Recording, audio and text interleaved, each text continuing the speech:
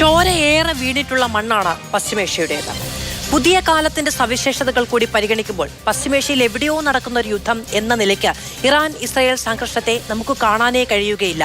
പശ്ചിമേഷ്യയിലെ ഏറ്റവും ശക്തരായ രണ്ടു സൈന്യങ്ങൾ തമ്മിലുള്ള സംഘർഷാവസ്ഥ എന്ന് പറയുന്നത് അത് സാമ്പത്തിക വിപണികളെ, അത് എണ്ണ വിലയെ, അത് സ്വർണ്ണ വിലയെ, അത് ചരക്കു നീക്കത്തെ, അങ്ങനെ ലോകമെമ്പാടുമുള്ള ജനതയുടെ നിത്യജീവിതത്തെ ബാധിക്കുന്ന പലതരം സവിശേഷതകളോട് കൂടി മാത്രമേ അരങ്ങേറുകയുള്ളൂ എന്ന തിരിച്ചറിവ് ലോകത്തിനുണ്ട്. അതുകൊണ്ട് തന്നെ സമാധാനം എന്ന നിലവിളികൾ ഉയരുന്നുണ്ട്. പക്ഷെ നമുക്കറിയാവുന്നതാണ് ഈ വിഷയം, ഈ ഇസ്രയേൽ ഇറാൻ പ്രശ്നത്തിന്റെ പശ്ചാത്തലമായി നിൽക്കുന്ന വിഷയങ്ങൾക്ക് വലിയ ചരിത്ര പ്രാധാന്യമുണ്ട്.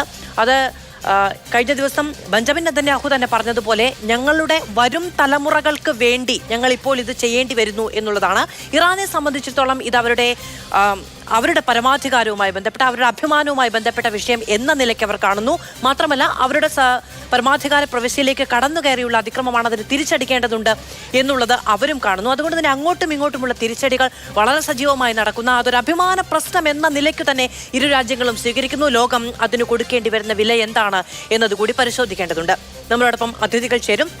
ശ്രീ സോളമൻ മൈലക്കാട്ട്, അദ്ദേഹം ഇസ്രായേലിൽ നിന്ന് നമ്മളോടൊപ്പം ചേരും. ഡോക്ടർ ഫസൽ ഗഫൂർ, രാഷ്ട്രീയ നിരീക്ഷകൻ. ശ്രീ PJ വിൻസെന്റ്, വിദേശകാര്യ വിദഗ്ധൻ. ശ്രീ മാർട്ടിൻ പാട്രിക്, സാമ്പത്തിക വിദഗ്ധൻ. ഇത്രയും പേരാണ് നമ്മളോടൊപ്പം തത്സമയം ചർച്ചയിൽ ചേരുന്നത്. ഡോക്ടർ PJ വിൻസെന്റ്, അങ്ങേക്ക് കേൾക്കാമോ? കേൾക്കാം.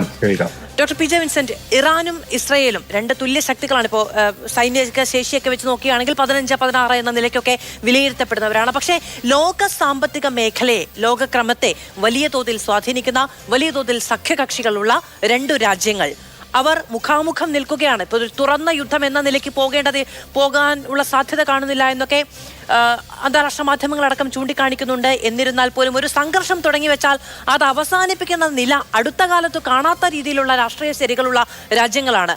അത് ലോകത്തിന്റെ സാമ്പത്തിക ക്രമത്തെ എങ്ങനെ ബാധിക്കുമെന്നാണ് അങ്ങ് വിചാരിക്കുന്നത്? ലോകത്തിന്റെ നിലവിലുള്ള സാമ്പത്തിക ക്രമത്തെ അത് തകിടം മറിക്കാനാണ് സാധ്യത. ട്രംപിന്റെ പകരച്ചുങ്കം തന്നെ ആഗോള സമ്പദ് വ്യവസ്ഥയ്ക്ക് ഏൽപ്പിച്ച ആഘാതം ചെറുതല്ല. അതിന്റെ തുടർച്ചയായിട്ട് ഗൾഫ് മേഖല അസ്ഥിരമാകുന്നതോടുകൂടി എണ്ണ നീക്കം തടസ്സപ്പെടും. അതുപോലെ ആഗോള തലത്തിലുള്ള കപ്പൽ മുഖേനയുള്ള ചരക്കു നീക്കത്തെയും അത് സാരമായി ബാധിക്കും. ഇത് രണ്ടും സ്വാഭാവികമായിട്ടും അന്താരാഷ്ട്ര സമ്പദ്ഘടനയെ നിർണായകമായി സ്വാധീനിക്കുമെന്ന കാര്യത്തിൽ സംശയമില്ല. യുദ്ധത്തിൽ താങ്കൾ സൂചിപ്പിച്ചതുപോലെ ഇറാൻ ആ മേഖലയിലെ ഒരു റീജിയണൽ സൂപ്പർ പവർ എന്ന് വിളിക്കാവുന്ന രാജ്യമാണ്. പശ്ചിമേഷ്യ എടുക്കുകയാണെങ്കിൽ ഇസ്രായേൽ കഴിഞ്ഞാൽ ഏറ്റവും ശക്തമായ സൈന്യമുള്ളത് ഇറാനാണ്. അവർക്ക് 6 ലക്ഷത്തോളം സൈനികരുണ്ട്. ശക്തമായ ഒരു സൈബർ വാർഫെയർ വിങ് ഉണ്ട്. അവരുടെ മിസൈൽ സംവിധാനം 2000 കിലോമീറ്റർ വരെ ആക്രമിക്കാൻ ശേഷിയുള്ള പലവിധ മിസൈലുകളുണ്ട്. വളരെ അഡ്വാൻസ്ഡ് ആയിട്ടുള്ള ഡ്രോൺ സാങ്കേതിക വിദ്യയുണ്ട്. ഇങ്ങനെ ശക്തമായ ഒരു രാജ്യമാണ്. പക്ഷേ ഇസ്രായേലിന്റെ സൈനിക ശേഷിക്ക് മുന്നിൽ ഇറാന് പിടിച്ചു നിൽക്കാൻ കഴിയില്ല. ഇറാനേക്കാൾ എത്രയോ ആധുനികമായ സൈനിക ശേഷിയുള്ള രാജ്യമാണ്. അപ്പോൾ മേഖലയിലെ ഒരു മിലിറ്ററി സൂപ്പർ പവർ എന്ന് നമുക്ക് ഇസ്രായേലിനെ വിളിക്കാം. ഇറാൻ ആകട്ടെ ആ മേഖലയിലെ ഒരു മേജർ പവർ എന്ന നിലയിലും നമുക്ക് പരിഗണിക്കാവുന്നതാണ്. ഈ സൈനിക ശക്തിയുടെ കാര്യത്തിൽ തുല്യം നിൽക്കുന്ന രണ്ട് ശക്തികൾ, അങ്ങ് പറഞ്ഞതുപോലെ പിടിച്ചു നിൽക്കാനൊക്കെ കഴിഞ്ഞില്ല എങ്കിൽ പോലും പിടിച്ചു നിൽക്കാനുള്ള ശ്രമങ്ങൾ എന്ന് പറയുന്നത് ഏറെ വില കൊടുത്തുകൊണ്ട് കൂടി തന്നെയാകും. കടുത്ത അഭിമാനബോധമുള്ള രണ്ട് രാഷ്ട്രീയ പ്രവിശ്യകൾ കൂടിയാണ്. ആ നിലയ്ക്ക് ഒരു നീണ്ടു നിൽക്കുന്ന സംഘർഷം എന്ന നിലയ്ക്ക് തന്നെ കാണേണ്ടി വരുമോ? തീർച്ചയായിട്ടും ഈ സംഘർഷം നീണ്ടു നിൽക്കാനാണ് സാധ്യത. ഇപ്പോൾ ഇറാനിലെ ഇസ്രായേലിന്റെ അക്രമം ഉണ്ടാക്കിയിട്ടുള്ള ആഘാതം അതിനകത്ത് നിന്നും അവർക്ക് പുറത്തു വരണമെങ്കിൽ ഒരുപക്ഷെ ദശാബ്ദങ്ങളെടുക്കും. അത്രയും വലിയ നാശനഷ്ടം അവരുടെ മിലിറ്ററി ഇൻഫ്രാസ്ട്രക്ചറിന് ഉണ്ടാക്കാൻ ഇസ്രായേലിന് കഴിഞ്ഞു. അതേസമയം തിരിച്ച് ടെലവീവ്, ജെറുസലേം, അവരുടെ തുറമുഖ നഗരമായ ഹൈഫ തുടങ്ങിയ നഗരങ്ങളെ ഒക്കെ ലക്ഷ്യം വെക്കുവാനും കൃത്യമായി ആക്രമിക്കുവാനും ഇറാന് കഴിയുന്നുണ്ട്. അത് ഇറാന് ഇസ്രായേലിന് 4 ലെയറിലുള്ള വ്യോമ പ്രതിരോധ സംവിധാനമാണ് ഉള്ളത്. അവർക്ക് ഹൈ ആൾട്ടിറ്റ്യൂഡ് മിസൈൽ പ്രതിരോധ സംവിധാനമുണ്ട്, പാഡ്, അതുപോലെ അയൺ ഡോം ഉണ്ട്, ആരോ 1, ആരോ 2 തുടങ്ങിയ സംവിധാനങ്ങളെല്ലാം അതിലംഘിച്ചുകൊണ്ടാണ് ടെല്ലവീവിൽ ഇറാന്റെ മിസൈലുകൾ പതിക്കുന്നു. അമേരിക്കൻ എംബസിക്ക് പോലും കേടുപാടുകൾ സംഭവിക്കുന്നു. ഇതിനകം 11 ആളുകൾ മരണപ്പെട്ടു, 300-ലധികം ആളുകൾ ഹോസ്പിറ്റലിലാണ്. അപ്പോൾ ഈ യുദ്ധം ഗസയിൽ ബോംബിടുന്നത് പോലെ ഒരു അനുഭവം ആയിരിക്കില്ല ഇസ്രായേലിന് സമ്മാനിക്കുക. മറിച്ച് ഇസ്രായേലിലെ പ്രധാനപ്പെട്ട തന്ത്രപ്രധാന കേന്ദ്രങ്ങളൊക്കെ ആക്രമിക്കാനുള്ള ശേഷി, മിസൈൽ പ്രഹരത്തിലൂടെ ആക്രമിക്കാനുള്ള ശേഷി ഇപ്പോഴും ഇറാനുണ്ട്. അതാണ് ഇറാൻ ചെയ്തുകൊണ്ടിരിക്കുന്നത്. അത് തുടരാനുള്ള ശേഷിയും അവർക്കുണ്ട്. രണ്ടാമത്തെ കാര്യം, ആ മേഖലയിൽ അതിശക്തമായ പ്രോക്സികൾ ഇറാനുണ്ട്. അതിന്റെയെല്ലാം സ്ട്രൈക്കിംഗ് പവർ, പ്രഹരശേഷി നിർണായകമായി കുറഞ്ഞിട്ടുണ്ട്. ഇപ്പോൾ ഹിസ്ബുള്ള എടുത്താലും ഹൂത്തികൾ എടുത്താലും അവരുടെ പ്രഹരശേഷി കുറഞ്ഞിട്ടുണ്ടെങ്കിലും ഇപ്പോഴും അവർക്ക് ശക്തമായ ആക്രമണം നടത്താൻ സാധിക്കും. ഇനി തുടർന്ന് അങ്ങോട്ട് ഇറാൻ അതിന്റെ പ്രോക്സികളായ ഒരു പരിധിവരെ ഹിസ്ബുള്ള ഉപയോഗിച്ചും ഹൂത്തികളെ ഉപയോഗിച്ചും അതുപോലെ ഇറാഖ് കേന്ദ്രീകരിച്ച് പ്രവർത്തിക്കുന്ന മാഹ്ദി ആർമി ഇവരെല്ലാം ചേർന്നിട്ടുള്ള റെസിസ്റ്റന്റ് ഫ്രണ്ട്, ഇങ്ങനെയുള്ള നിരവധി ഷിയ മിലീഷ്യകൾ ഈ മേഖലയിലുണ്ട്. അവരെ ഉപയോഗിച്ച് നിരന്തരമായിട്ടുള്ള ആക്രമണം ഇസ്രായേൽ അവർ തുടർച്ചയായി നടത്തിക്കൊണ്ടിരിക്കും. അതോടൊപ്പം പുതിയൊരു മാറ്റം ഇപ്പോൾ കാണുന്നത് ഈ സംഘർഷത്തിലേക്ക് പാകിസ്ഥാൻ എടുത്തു ചാടിയിരിക്കുന്നു എന്നുള്ളതാണ്. പാകിസ്ഥാൻ നേരിട്ട് യുദ്ധത്തിൽ ഇടപെടുമെന്ന് അറിയില്ല. പക്ഷേ ഏതെങ്കിലും തരത്തിൽ ഇറാനെ ഇസ്രായേൽ അണുബോംബ് കൊണ്ട് ആക്രമിച്ചാൽ ഞങ്ങൾ ഇസ്രായേലിനെതിരെ അണുബോംബ് പ്രയോഗിക്കും എന്ന് പാകിസ്ഥാൻ പ്രഖ്യാപിച്ചിരിക്കുകയാണ്. അപ്പം അതിനുള്ള സാധ്യതയൊക്കെ തുലവും വിരളമാണ്. എങ്കിലും ഇസ്ലാമിക ലോകത്തെ ചാമ്പ്യനായി സ്വയം അവതരിപ്പിക്കാനുള്ള ഒരു അവസരം എന്ന നിലയ്ക്ക് ആ രാജ്യവും കൂടി അതിലേക്ക് കടന്നു വന്നിരിക്കുകയാണ്. അത് മാത്രവുമല്ല, ചില കേന്ദ്രങ്ങൾ ഇസ്ലാമാബാദുമായി ബന്ധപ്പെട്ട് തന്നെ ചില കേന്ദ്രങ്ങൾ അത്തരം വാഗ്ദാനങ്ങൾ ഇറാന്റെ ആത്മവിശ്വാസ പ്രകടനം മാത്രമാണ്, തങ്ങൾ അതിന്റെ ഭാഗമാക്കല്ല എന്ന് പറയുന്നുണ്ട്. മാത്രമല്ല, ആണവ ആക്രമണ ഭീതി മുൻനിർത്തിയാണ് തങ്ങൾ ഇറാനെ ആക്രമിക്കുന്നത് എന്ന് ഇസ്രായേൽ പറയുമ്പോൾ അങ്ങോട്ട് ചെന്ന് ആ വെല്ലുവിളി ഏറ്റെടുത്ത് ഞങ്ങളെയും കൂടി ആക്രമിച്ചോളൂ എന്ന നില പാകിസ്ഥാൻ സ്വീകരിക്കുമോ എന്നുള്ളതൊക്കെ നമ്മൾ കാത്തിരുന്ന് കാണേണ്ടതാണ്. പിന്നെ വിവേകം എന്നുള്ളത് നമുക്ക് തരിമ്പും ആരോപിക്കാൻ കഴിയില്ല ആ രാജ്യത്തിന് മേൽ എന്ന നിലയ്ക്കും അതിനെ കാണേണ്ടത് തന്നെയാണ്. ഡോക്ടർ, ഞാൻ അങ്ങിലേക്ക് വരികയും ചെയ്യാം. Shri P J Vincent, doctor Martin Patrick, ഇതിപ്പോ ഈ ഹോർമുസ് തുറമുഖം അടക്കമുള്ളവ അടച്ചിടും എന്നുള്ളത് ഇറാന്റെ ഒരു തുറുപ്പുചീട്ടാണ്. അത് ലോകത്തെ ഞെട്ടിക്കുകയും ലോകത്തെ സമ്മർദ്ദത്തിൽ നിർത്തുകയും തങ്ങൾക്ക് അനുകൂലമായ സമാധാന പ്രഖ്യാപനം നടത്താൻ ഇസ്രയേലിനെയും അമേരിക്കയും പ്രേരിപ്പിക്കും എന്നുള്ളതൊക്കെയാണ് ആത്മവിശ്വാസം. പക്ഷേ അങ്ങനെ ഒന്ന് സംഭവിക്കുകയാണ് എങ്കിൽ, അല്ലെങ്കിൽ ഇപ്പോൾ തന്നെ ഈ വ്യോമയാന മേഖലയുമായി ബന്ധപ്പെട്ട് കഴിഞ്ഞ ദിവസം നമുക്ക് തന്നെ ഉണ്ടായ നഷ്ടം എത്രയാണ് എന്നുള്ളത് നമുക്കറിയാവുന്നതാണ്. ആ വ്യോമ മേഖല കേന്ദ്രീകരിച്ചുള്ള അല്ലെങ്കിൽ അതിലൂടെയുള്ള മുഴുവൻ ട്രാഫിക്കും ഇപ്പോൾ തന്നെ ഭീതിതമാണ്. പലതും വിഡ്രോ ചെയ്തിട്ടുണ്ട്. അങ്ങനെ ഇപ്പോൾ വിപണിയുടെ കാര്യമാണെങ്കിൽ, സ്വർണത്തിന്റെ കാര്യമാണെങ്കിൽ, ഇന്ധനത്തിന്റെ കാര്യമാണെങ്കിൽ, വ്യോമയാന മേഖലയുടെ കാര്യമാണെങ്കിൽ, ചരക്കു നീക്കത്തിന്റെ കാര്യമാണെങ്കിൽ, അങ്ങനെ ലോകത്തിന്റെ സാമ്പത്തിക ക്രമത്തെ സ്തംഭിപ്പിക്കാൻ പോകുന്ന ഒരു സംഘർഷാവസ്ഥയാണ് ഉരുണ്ടുകൂടിയിരിക്കുന്നത്. അത് ലഘൂകരിക്കപ്പെടാനുള്ള സാധ്യത അങ്ങെങ്ങനെയാണ് കാണുന്നത്?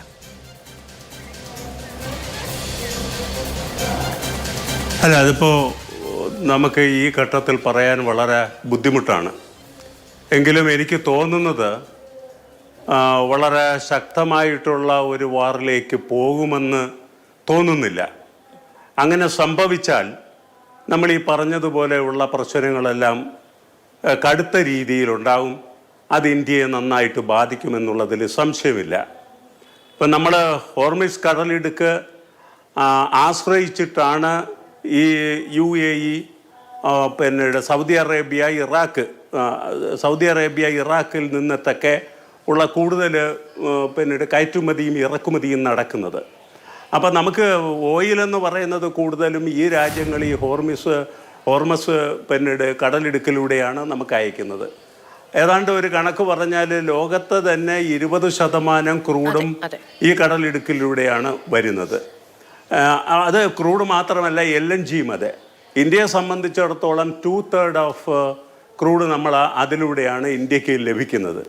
അപ്പോൾ സ്വാഭാവികമായിട്ടും നമുക്കിത് ദോഷകരമായിട്ട് ബാധിക്കുമെന്നുള്ളതിൽ സംശയമില്ല. പല കണക്കുകളും പല വാദങ്ങളും ഉണ്ടെങ്കിൽ തന്നെയും പ്രബലമായിട്ടുള്ളൊരു വാദമെന്ന് പറയുന്നത്, നമ്മൾ ഇവിടെ നിന്ന് മാറി വേറൊരു വഴി തിരഞ്ഞെടുക്കുകയാണെങ്കിൽ, ഇപ്പോൾ കേപ്പ് ഓഫ് ഗുഡ് ഹോപ്പ് എടുക്കുകയാണെന്നുണ്ടെങ്കിൽ 10 മുതൽ 12 ദിവസം വരെ അധികം വേണ്ടി വരും നമുക്ക് ഷിപ്മെൻറ്റ്സിന് ഇവിടെ എത്താൻ. അതുപോലെ തന്നെയാണ് ഒരു 15 to 40% എങ്കിലും കോസ്റ്റ് ഇൻക്രീസ് ഉണ്ടാവും. ഇതിൻ്റെ ഫലമായിട്ട് നമുക്കുണ്ടാവും. അത് സ്വാഭാവികമായിട്ടും നമ്മളൊരു ഇൻഫ്ലേഷനെ ഇമ്പോർട്ട് ചെയ്യുന്നതിന് തുല്യമാകും. അതുമാത്രമല്ല, നമ്മളുടെ എല്ലാ സാധനങ്ങളിലും ഇൻഫ്ലേഷൻ വർദ്ധിക്കും. ഈ ചരക്കു നീക്കം എന്നുള്ളത് മാത്രമല്ല, ക്രൂഡിന്റെ ട്രാൻസ്പോർട്ടേഷൻ എന്നുള്ളത് മാത്രമല്ലല്ലോ. ഇറാൻ ഇപ്പോൾ ലഭ്യമാക്കുന്ന എണ്ണ, അതിലൊരു കുറവ് വന്നിട്ടുണ്ടെങ്കിൽ നമുക്ക് സംഭരണം ആവശ്യമുണ്ട് ലോകത്തിലെ മുഴുവൻ രാജ്യങ്ങൾക്കും, അല്ലെ? ആ നിലയ്ക്ക് സംഭരണം എന്നുള്ള ലക്ഷ്യം വെച്ചുകൊണ്ടുള്ള ശേഖരണം അടക്കം ഈ ഓയിൽ പ്രൈസിൽ വലിയ മാറ്റങ്ങൾ വരുത്തുകയല്ലേ. മാത്രമല്ല, ഇത് നോക്കൂ, ഈ സംഘർഷം ഉരുണ്ട് കൂടിയ ഒരു 4 ദിവസം, അതിൽ തൊട്ട് വ്യാഴാഴ്ചയിൽ നിന്ന് 7% വർധനയാണ് വെള്ളിയാഴ്ച ആയപ്പോഴത്തേക്കും ക്രൂഡിന്റെ വിലയിൽ ഉണ്ടാകുന്നത്. അങ്ങനെ ഒരു സംഘർഷം നീണ്ടു നിൽക്കുന്ന സാഹചര്യം ഉണ്ടായാൽ അതിന്റെ 10 മടങ്ങ് അല്ലെങ്കിൽ അതിന്റെ പല മടങ്ങ് എങ്കിലും വ്യത്യാസം ഉണ്ടാവാനുള്ള സാധ്യതകളില്ലേ? അല്ല, ക്രൂഡിന്റെ വിലയിൽ മാറ്റം ഉണ്ടാകും, അല്ലെങ്കിൽ വർധനവുണ്ടാകും. ഈ സാഹചര്യം തുടർന്നാൽ എന്നതിൽ സംശയമില്ല. പക്ഷെ ഒരു കാര്യം നമ്മൾ മനസ്സിലാക്കേണ്ടത്, നമ്മൾ ഇറാനെ ഒരുപാട് ആശ്രയിച്ച് നമ്മൾ ക്രൂഡ് ഇമ്പോർട്ട് ചെയ്യുന്നില്ല. പ്രത്യേകിച്ച് ഈ ട്രേഡ് സാങ്ഷൻസിന് ശേഷം നമുക്ക് ഒരുപാട് ക്രൂഡ് ഇറാനിൽ നിന്നിട്ട് നമ്മൾ ക്രൂഡ് ഓയിൽ ഇമ്പോർട്ട് ചെയ്യുന്നില്ല. നമ്മൾ പ്രധാനമായിട്ടും വരുത്തുന്നത് സൗദി അറേബ്യ തന്നെയാണ്, പിന്നെ ഇറാഖാണ്. അങ്ങനെ പോകുന്നു നമ്മളുടെ ഇമ്പോർട്ട് എന്ന് പറയുന്നത്. ഇതിൽ ഇറാനേക്കാളിലും കൂടുതൽ റഷ്യ ലോകരാജ്യങ്ങൾക്ക് വിതരണം ചെയ്യുന്നുണ്ടെങ്കിലും ഇറാൻ്റെ കോൺട്രിബ്യൂഷനും നമുക്ക് ചുരുക്കി കാണാൻ പറ്റില്ല. പക്ഷേ ഇന്ത്യ ഇറാനെ ആശ്രയിച്ചിരിക്കുന്നു എന്ന് പറയുന്നതിനകത്ത് വലിയ അർത്ഥമില്ല.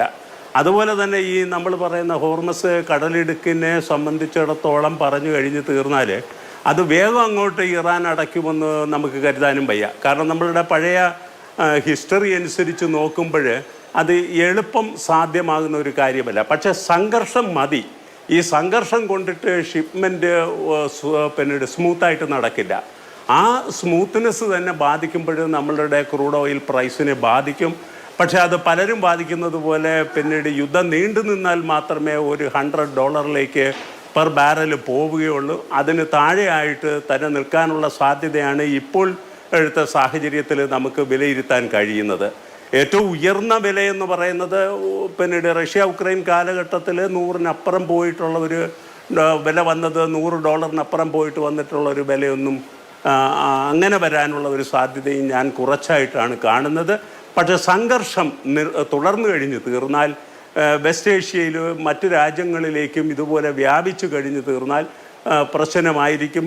ലോകം തന്നെ വലിയ പ്രശ്നത്തിലേക്ക് എത്തിച്ചേരുമെന്നുള്ളതിന് സംശയമില്ല. വളരെ വലുതായി മാത്രമാണ് നിലനിൽക്കുന്നത് എന്നതുമുണ്ട്. സംഘർഷം ബാധിച്ചാൽ പോലും അങ്ങ് നേരത്തെ പറഞ്ഞതുപോലെ ഉള്ള ഒരു വലിയ വർധന പെട്ടെന്നുണ്ടാകുമെന്ന് വിചാരിക്കേണ്ടതും ഇല്ല എന്ന് അദ്ദേഹം ചൂണ്ടിക്കാണിക്കുകയും ചെയ്തു. ഡോക്ടർ ഫാസിൽ ഗഫൂർ, നിർബന്ധിത സഖ്യകക്ഷികൾ എന്നുള്ളത് നേരത്തെ ഡോക്ടർ PJ വിൻസെന്റ് ചൂണ്ടിക്കാണിച്ചൊരു കാര്യമാണ്. പാകിസ്ഥാൻ ഇപ്പോൾ തന്നെ നടത്തിയിരിക്കുന്ന പലതരത്തിലുള്ള പരാമർശങ്ങൾ, ഇറാന് അത്തരത്തിൽ നിർബന്ധിത അല്ലെങ്കിൽ സ്വാഭാവിക സഖ്യകക്ഷികൾ ഏറെയുണ്ട് ആ മേഖലയിൽ. അതുപോലെ തന്നെ ഇസ്രയേലിന് മറ്റൊന്നും നോക്കേണ്ടതില്ല. അവരുടെ ഏറ്റവും വലിയ ഗോഡ് ഫാദർ എന്ന നിലയ്ക്ക് അത് അങ്ങോട്ടാണോ ഇങ്ങോട്ടാണോ എന്ന കാര്യത്തിൽ മാത്രമേ തർക്കമുള്ളൂ. അമേരിക്ക അവിടെ തന്നെ നിലനിൽക്കുന്നുണ്ട്, അവരുടെ താല്പര്യങ്ങൾ അങ്ങനെ തന്നെ നിലനിൽക്കുന്നുണ്ട്. അങ്ങനെ നോക്കുകയാണെങ്കിൽ തുല്യ ശക്തികളും തുല്യ സഖ്യബലമുള്ള ശക്തികളും തമ്മിൽ നേർക്കുനേർ നിൽക്കുകയാണ് എന്നുള്ളതാണ് പ്രശ്നം. അതിൽ പലതരം താല്പര്യങ്ങൾ വർക്കൗട്ട് ചെയ്യുന്നുണ്ട്. പക്ഷേ ഭാവിയിലേക്കുള്ള ഭീഷണി എന്ന നിലയ്ക്കാണ് ഒരു രാജ്യത്തിന്റെ പരമാധികാര പ്രവിശ്യയിലേക്ക് കടന്നു കയറിയുള്ള യുദ്ധം എന്ന് പറയുന്നത് എത്രത്തോളം സ്വാഭാവികമായി വിശദീകരിക്കാൻ കഴിയുന്ന ഒന്നാണ്. അതിന് ഇറാൻ തിരിച്ചടി നൽകുക എന്നുള്ളതാണ്. അത് തങ്ങളുടെ അഭിമാനവുമായി ബന്ധപ്പെട്ട ഒരു കാര്യമാണെന്ന് ഇറാനും പറയുന്നുണ്ട്. പക്ഷെ നടക്കുന്ന കാഷ്വാലിറ്റി എന്ന് പറയുന്നതും കമ്പയർ ചെയ്യാൻ കഴിയില്ല എങ്കിലും അത് ലോകമാനവികതയ്ക്ക് വലിയ ഭീഷണി തന്നെയാണ്. ആദ്യം തന്നെ ഒരു കാര്യം പറയട്ടെ. ഒരു കൂട്ടം ആൾക്കാർക്ക് മാത്രം അണുബോംബ് ഉണ്ടാക്കാനായിട്ടുള്ള അനുവാദം ഇസ്രായേലിന്, ബാക്കിയുള്ളവർക്ക് കൊടുക്കില്ല. അന്നതിന് ആരാണ് ഇവർ ഇതൊക്കെ അനുവാദം കൊടുക്കാനായിട്ട്? ഞാനിവിടെ ഇന്ദിരാഗാന്ധിയെ ഓർമ്മിക്കണം. അവർ പുല്ല് വില കൽപ്പിച്ച് ഇവരുടെ ഈ നിയന്ത്രണങ്ങൾക്ക് അവരെ പൊക്കറാനുള്ള അണുബോംബ് അങ്ങോട്ട് പൊട്ടിച്ച് മനസ്സിലായില്ല, ഇന്ത്യയെ ഒരു ആറ്റമിക് പവറാക്കി മാറ്റി. അന്ന് ഈ ക്ലബ്ബുണ്ടല്ലോ, ഈ എന്താ പറയുക, പാശ്ചാത്യ രാജ്യങ്ങളുടെ ഈ ക്ലബ്ബ് മനസ്സിലായില്ല, ആറ്റമിക് ക്ലബ്ബ്, ഞാൻ അതിനെ ക്ലബ്ബായിട്ട് വിളിക്കുന്നു. ആ ക്ലബ്ബ് എന്തെങ്കിലും ചെയ്യാൻ പറ്റുമോ? അപ്പോൾ അത് ഫസ്റ്റ് പോയിന്റ്. അതിൻ്റെ അർത്ഥം ഞാൻ പൂർണ്ണമായിട്ട് ഇറാനെ സപ്പോർട്ട് ചെയ്യണമെന്നൊന്നുമില്ല. രണ്ടാമത്തെ പ്രശ്നം എന്താ കിടക്കുന്നത് വെച്ചിട്ടുണ്ടെങ്കിൽ, ഇപ്പോൾ നമ്മുടെ ചർച്ചയിലുള്ള മാതിരി തന്നെ എനിക്ക് ഒരു സംശയം ഉള്ളത് എന്താണെന്ന് വെച്ചാൽ, ഒന്ന് ഈ പാകിസ്ഥാൻ അങ്ങനെ ഡയറക്റ്റായിട്ട് ഇത് പുറപ്പെടുവിച്ചിട്ടുണ്ടോ ഇല്ലയോ എന്ന് എനിക്ക് സംശയമുണ്ട്. ഇത് നമ്മൾ കേൾക്കുന്ന ന്യൂസ് മാത്രമാണ്. പാകിസ്ഥാൻ അത്ര ഒരു വിഡ്ഢി രാഷ്ട്രമാണെങ്കിൽ മനസ്സിലായില്ലേ, പിന്നെ നമുക്കൊന്നും പറയാനില്ല. കാരണം അവരിതിൽ പോയി ചാടിയിട്ടുണ്ടെങ്കിൽ അവർക്ക് ഓൾറെഡി ഇന്ത്യയിൽ നിന്ന് പറ്റിയ പരിക്കിൽ നിന്ന് വിമുക്തമാവുന്നതിന് മുമ്പ് അവരിത് പോയി ചാടാൻ ഉദ്ദേശിക്കണം. രണ്ടാമത് മാധു ചോദിച്ച മാതിരി തുല്യ ശക്തികളല്ല അവർ. എന്താ കാര്യം എന്ന് ഞാൻ പറയാം. ഇപ്പോൾ നമുക്ക് ഉദാഹരണമായിട്ട് തന്നെ വ്യോമസേന എടുത്തു നോക്കുകയാണെങ്കിൽ F-15, F-16, F-35 ഈ വിമാനങ്ങൾ എനിക്ക് തോന്നുന്നു 300-400 വിമാനം ഇവരുടെ കയ്യിലുണ്ട്. രസകരമായിട്ടുള്ള സംഭവം, ചൈനയായിട്ടും റഷ്യയായിട്ടും ഇവർ ബന്ധമുണ്ടാക്കി എന്ന് പറയുന്നുണ്ടെങ്കിലും അതൊക്കെ അടുത്ത കാലത്ത് ഉണ്ടായതാണ്. അടുത്ത കാലത്ത് ഉണ്ടായതുകൊണ്ട് അവിടെ പാകിസ്ഥാനിലെ ജോയിൻറ്റ് ഫൈറ്റർ ഉണ്ടാക്കുന്നുണ്ട്. JF-10 ഉണ്ട് ചൈനയുടെ. 80% ചൈനയുടെ വിമാനങ്ങളും മറ്റൊക്കെ ഉണ്ട്. ഇവരുടെ അടുത്ത് അതൊന്നുമില്ല. ഇവരുടെ അടുത്തുള്ള എന്ന് പറയുന്ന മിസൈലുകൾ മാത്രമാണ്. ആ മിസൈലുകൾക്ക് തന്നെ ഒരു കണക്കുണ്ട്. മിസൈലുകൾ മോശമാണെന്നൊന്നും ഞാൻ പറയുന്നില്ല. വലിയ ഈ ballistic missile, supersonic missile, cruise മിസൈലൊക്കെ ഇവരുടെ അടുത്തുണ്ട്. പക്ഷേ ഈ മിസൈൽ ലോഞ്ചിങ് സൈറ്റുകളിൽ പ്രിസിഷൻ അറ്റാക്ക് നടത്താനുള്ള കപ്പാസിറ്റി ഇസ്രായേലിനുള്ളത് കൊണ്ട് അത് നടത്തിയിട്ടുണ്ടോ ഇല്ലേ എന്നുള്ള കാര്യം നമ്മൾ കണ്ടുപിടിക്കേണ്ടിയിരിക്കും. വാർത്തകൾ വന്നിട്ടുണ്ട്. ഏതാണ്ട് അവരുടെ ഒരു മിസൈൽ ലോഞ്ചറുകളുടെ സിംഹഭാഗം വലിയ ശതമാനം തന്നെ തകർത്തിട്ടുണ്ട് ഈ പ്രിസൈസ് അറ്റാക്കിലൂടെ ഇസ്രായേൽ ഇതിനകം എന്നുള്ളതാണ് പാശ്ചാത്യ മാധ്യമങ്ങളൊക്കെ പറയുന്നത്. അത് തന്നെയാണ് ഞാനും പറഞ്ഞു വരുന്നത്. കാരണം അത് നമുക്ക് ബുദ്ധി ഉപയോഗിച്ചാൽ അറിയാവുന്ന ഒരു കാര്യമാണല്ലോ. മിസൈൽ ലോഞ്ചിങ് സൈറ്റ് അണ്ടർ ഗ്രൗണ്ടിലൊന്നും കൊണ്ടു നോക്കാൻ പറ്റില്ല. മനസ്സിലായി? അപ്പോൾ മിസൈൽ ലോഞ്ചിങ് സൈറ്റുകളൊക്കെ എതിരായിട്ട് ഇവരുടെ ഈ ഞാൻ നേരത്തെ പറഞ്ഞിട്ടുള്ള ഫൈറ്റർ പ്ലെയിനുകളുണ്ട്, എസ്പെഷ്യലി F-35 എന്നൊക്കെ പറയുമ്പോൾ അതൊക്കെ ഭയങ്കര സൂക്ഷ്മമായിട്ട് തന്നെ ടാർഗറ്റ് ചെയ്യാനായിട്ടുള്ള മറ്റേ റഡാറും മറ്റും ഉപയോഗിച്ചിട്ടുള്ള കഴിവുള്ള വിമാനങ്ങളാണ്. അപ്പോൾ അതൊന്നും ഇല്ലാത്തതുകൊണ്ട് എയർ സുപ്രീമസി ഓവർ ഇറാഖ് അത് ഓൾറെഡി ഇവർ അച്ചീവ് ചെയ്ത് കഴിഞ്ഞു. അവരുടെ അടുത്ത് ഒരു തരത്തിലും, ഞാൻ എൻ്റെ ഒരു ഓർമ്മ ശരിയാണെങ്കിൽ 50കളിലും 60കളിലും USA കൊടുത്തിട്ടുള്ള അത് വിമാനങ്ങളാണ്. അക്കാലത്ത് നമ്മുടെ ഇന്ത്യ പാകിസ്ഥാൻ കാലഘട്ടത്തിൽ ഉപയോഗിച്ച സാബർ ജെറ്റ്, ലോക്ക്ഹീഡ്, സ്റ്റാർ ഫൈറ്റർ ഇങ്ങനത്തെ വിമാനങ്ങളൊക്കെയാണ് എൻ്റെ ഓർമ്മ. അപ്പോൾ ആ നിലക്ക് ഇവരെങ്ങനെയാണ് ഇത് പിടിച്ചു നിൽക്കാൻ പോകുന്നത് എന്നുള്ളതാണ് വിഷയം. രണ്ടാമത്തെ ഒരു കാര്യം പറയാം, നിങ്ങളൊരു കാര്യം ശ്രദ്ധിച്ചിട്ടുണ്ടോ ഈ യുദ്ധത്തിൽ ഈ സമയത്ത്? അതായത് ഇവർക്ക് ഇവിടെ ഇന്ത്യയിൽ എത്ര സപ്പോർട്ടുണ്ട്? എന്തുകൊണ്ട് ഇന്ത്യയിലെ മുസ്ലിമുകൾ സാധാരണ ഗാസ പാലസ്തീൻ വിഷയത്തിൽ ഇടപെടുന്ന വലിയ ഒരു വൈകാരികമായ പ്രകടനങ്ങളൊക്കെ നടത്തുന്നു? ഇവർ നടത്താത്തതിൻ്റെ പിന്നിൽ മറ്റൊരു കാര്യമുണ്ട്. അതെന്താ കാര്യം എന്ന് വെച്ചാൽ ഈ ഷിയായിറ്റ് മറ്റേ റെജീം ഒരു കാലത്ത്, അതായത് ഞാൻ ഇസ്ലാമിക് റിപ്പബ്ലിക് ഷിയായിട്ടാണത്, അവിടെ സുന്നികളും, ലോകത്തിലെ 90% ആൾക്കാരും സുന്നികളാണ്. ഇന്ത്യയിൽ 98% സുന്നികളാണ്. അപ്പോൾ ആ വിഭാഗം ആൾക്കാർ മനസ്സിലായില്ലേ, അവർക്ക് ഈ സത്യത്തിൽ ഈ യുദ്ധത്തിൽ ഒരു ഡബിൾ ചിന്താഗതിയാണ്. അതേ ഡബിൾ ചിന്താഗതി തന്നെയാണ് അറബ് രാഷ്ട്രങ്ങളിലുള്ളത്. ഒരു അറബ് രാഷ്ട്രം പോലും ഇപ്പോൾ കാര്യമായിട്ട് ഇതൊക്കെ വെറുതെ അടിച്ചുവിടുന്നല്ലേ, ഇവർക്കെല്ലാം ബേസ് ഉണ്ട് അവിടെ. ഖത്തറിന് ബേസ് ഉണ്ട്, ബഹ്റൈന് ബേസ് ഉണ്ട്, UAEക്ക് ബേസ് ഉണ്ട്. ഈ ബേസുകളെ അടിച്ചുവിട്ടിട്ടുണ്ടെങ്കിൽ എന്ത് പറ്റും? ഇറാൻ മിസൈൽ ഉപയോഗിച്ചിട്ടുണ്ടെങ്കിൽ അപ്പോൾ അതൊന്നും ഉപയോഗിക്കാൻ പോകുന്നില്ല, മിസൈൽ ഉപയോഗിക്കാനും പോകുന്നില്ല, ഈ രാജ്യങ്ങളിൽ ഇടപെടാനും പോകുന്നില്ല. പക്ഷേ ഈ രാജ്യങ്ങൾ സാമ്പത്തികമായിട്ടോ മറ്റും യാതൊരു തരത്തിലുള്ള സഹായവും നൽകില്ല. പിന്നെ സഹായം നൽകാൻ സാധ്യതയുള്ളത് ചൈനയും റഷ്യയാണ്. Russia is caught up in Ukraine. അപ്പോൾ റഷ്യക്ക് അതിനുള്ള ഡിഫിക്കൽറ്റി ഉണ്ട്. ചൈന ഓഫ് കോഴ്സ് പതുക്കെ കൊടുത്തുകൊണ്ടിരിക്കുന്നുണ്ടെന്നുള്ളതാണ് നമ്മൾ മനസ്സിലാക്കുന്നത്. അപ്പോൾ ഒരു നിലക്ക് നമ്മൾ നോക്കുമ്പോൾ ഈ യുദ്ധത്തിൽ ഇറാൻ ഒറ്റയ്ക്ക് ആണ് യുദ്ധം നടത്തുന്നത്. അതിന് അവരെ സമ്മതിച്ചു കൊടുക്കണം. അവർക്ക് അതിനുള്ള ധൈര്യമുണ്ട്. അവർ കാര്യപ്പെട്ട അതായത് ഇസ്രായേലിൻ്റെ ചരിത്രത്തിൽ ഇതെല്ലാം ഓർമ്മയെന്ന് പറയട്ടോ, 48-ലോ അല്ലെങ്കിൽ നമ്മുടെ യോം കിപ്പൂർ വാറിൻ്റെ കാലത്തോ അല്ലെങ്കിൽ 6 ഡേ വാറിൻ്റെ കാലഘട്ടത്തിലോ ഒന്നും ഇറാൻ്റെ ഇസ്രായേലിൻ്റെ ടെല്ലവീവോ അല്ലെങ്കിൽ ഹൈഫയോ അതുമാതിരിയുള്ള വലിയ ബരേസോ അല്ലെങ്കിൽ അതുമാതിരിയുള്ള നഗരങ്ങൾക്കൊന്നും ഇതുമാതിരി പരിക്ക് പറ്റിച്ചിട്ടില്ല. ആ പരിക്ക് ഇവർക്ക് പറ്റിയെന്നും അയൺ ഡോം അല്ലെങ്കിൽ ഡേവിഡ് സ്ലിംഗ് എന്നൊക്കെ പറഞ്ഞ ഡയലോഗ് ആരോ 3 ഒക്കെ അതിനൊക്കെ ഭേദിക്കാൻ പറ്റുമെന്നുള്ള ടെക്നോളജിക്കലി ഇറാൻ വളരെ മുന്നിലാണ്. ഇത് ഇറാൻ്റെ 80% ടെക്നോളജിയും ഇറാൻ്റെ സ്വന്തമാണെന്ന് കൂടെ നമ്മൾ മനസ്സിലാക്കണം.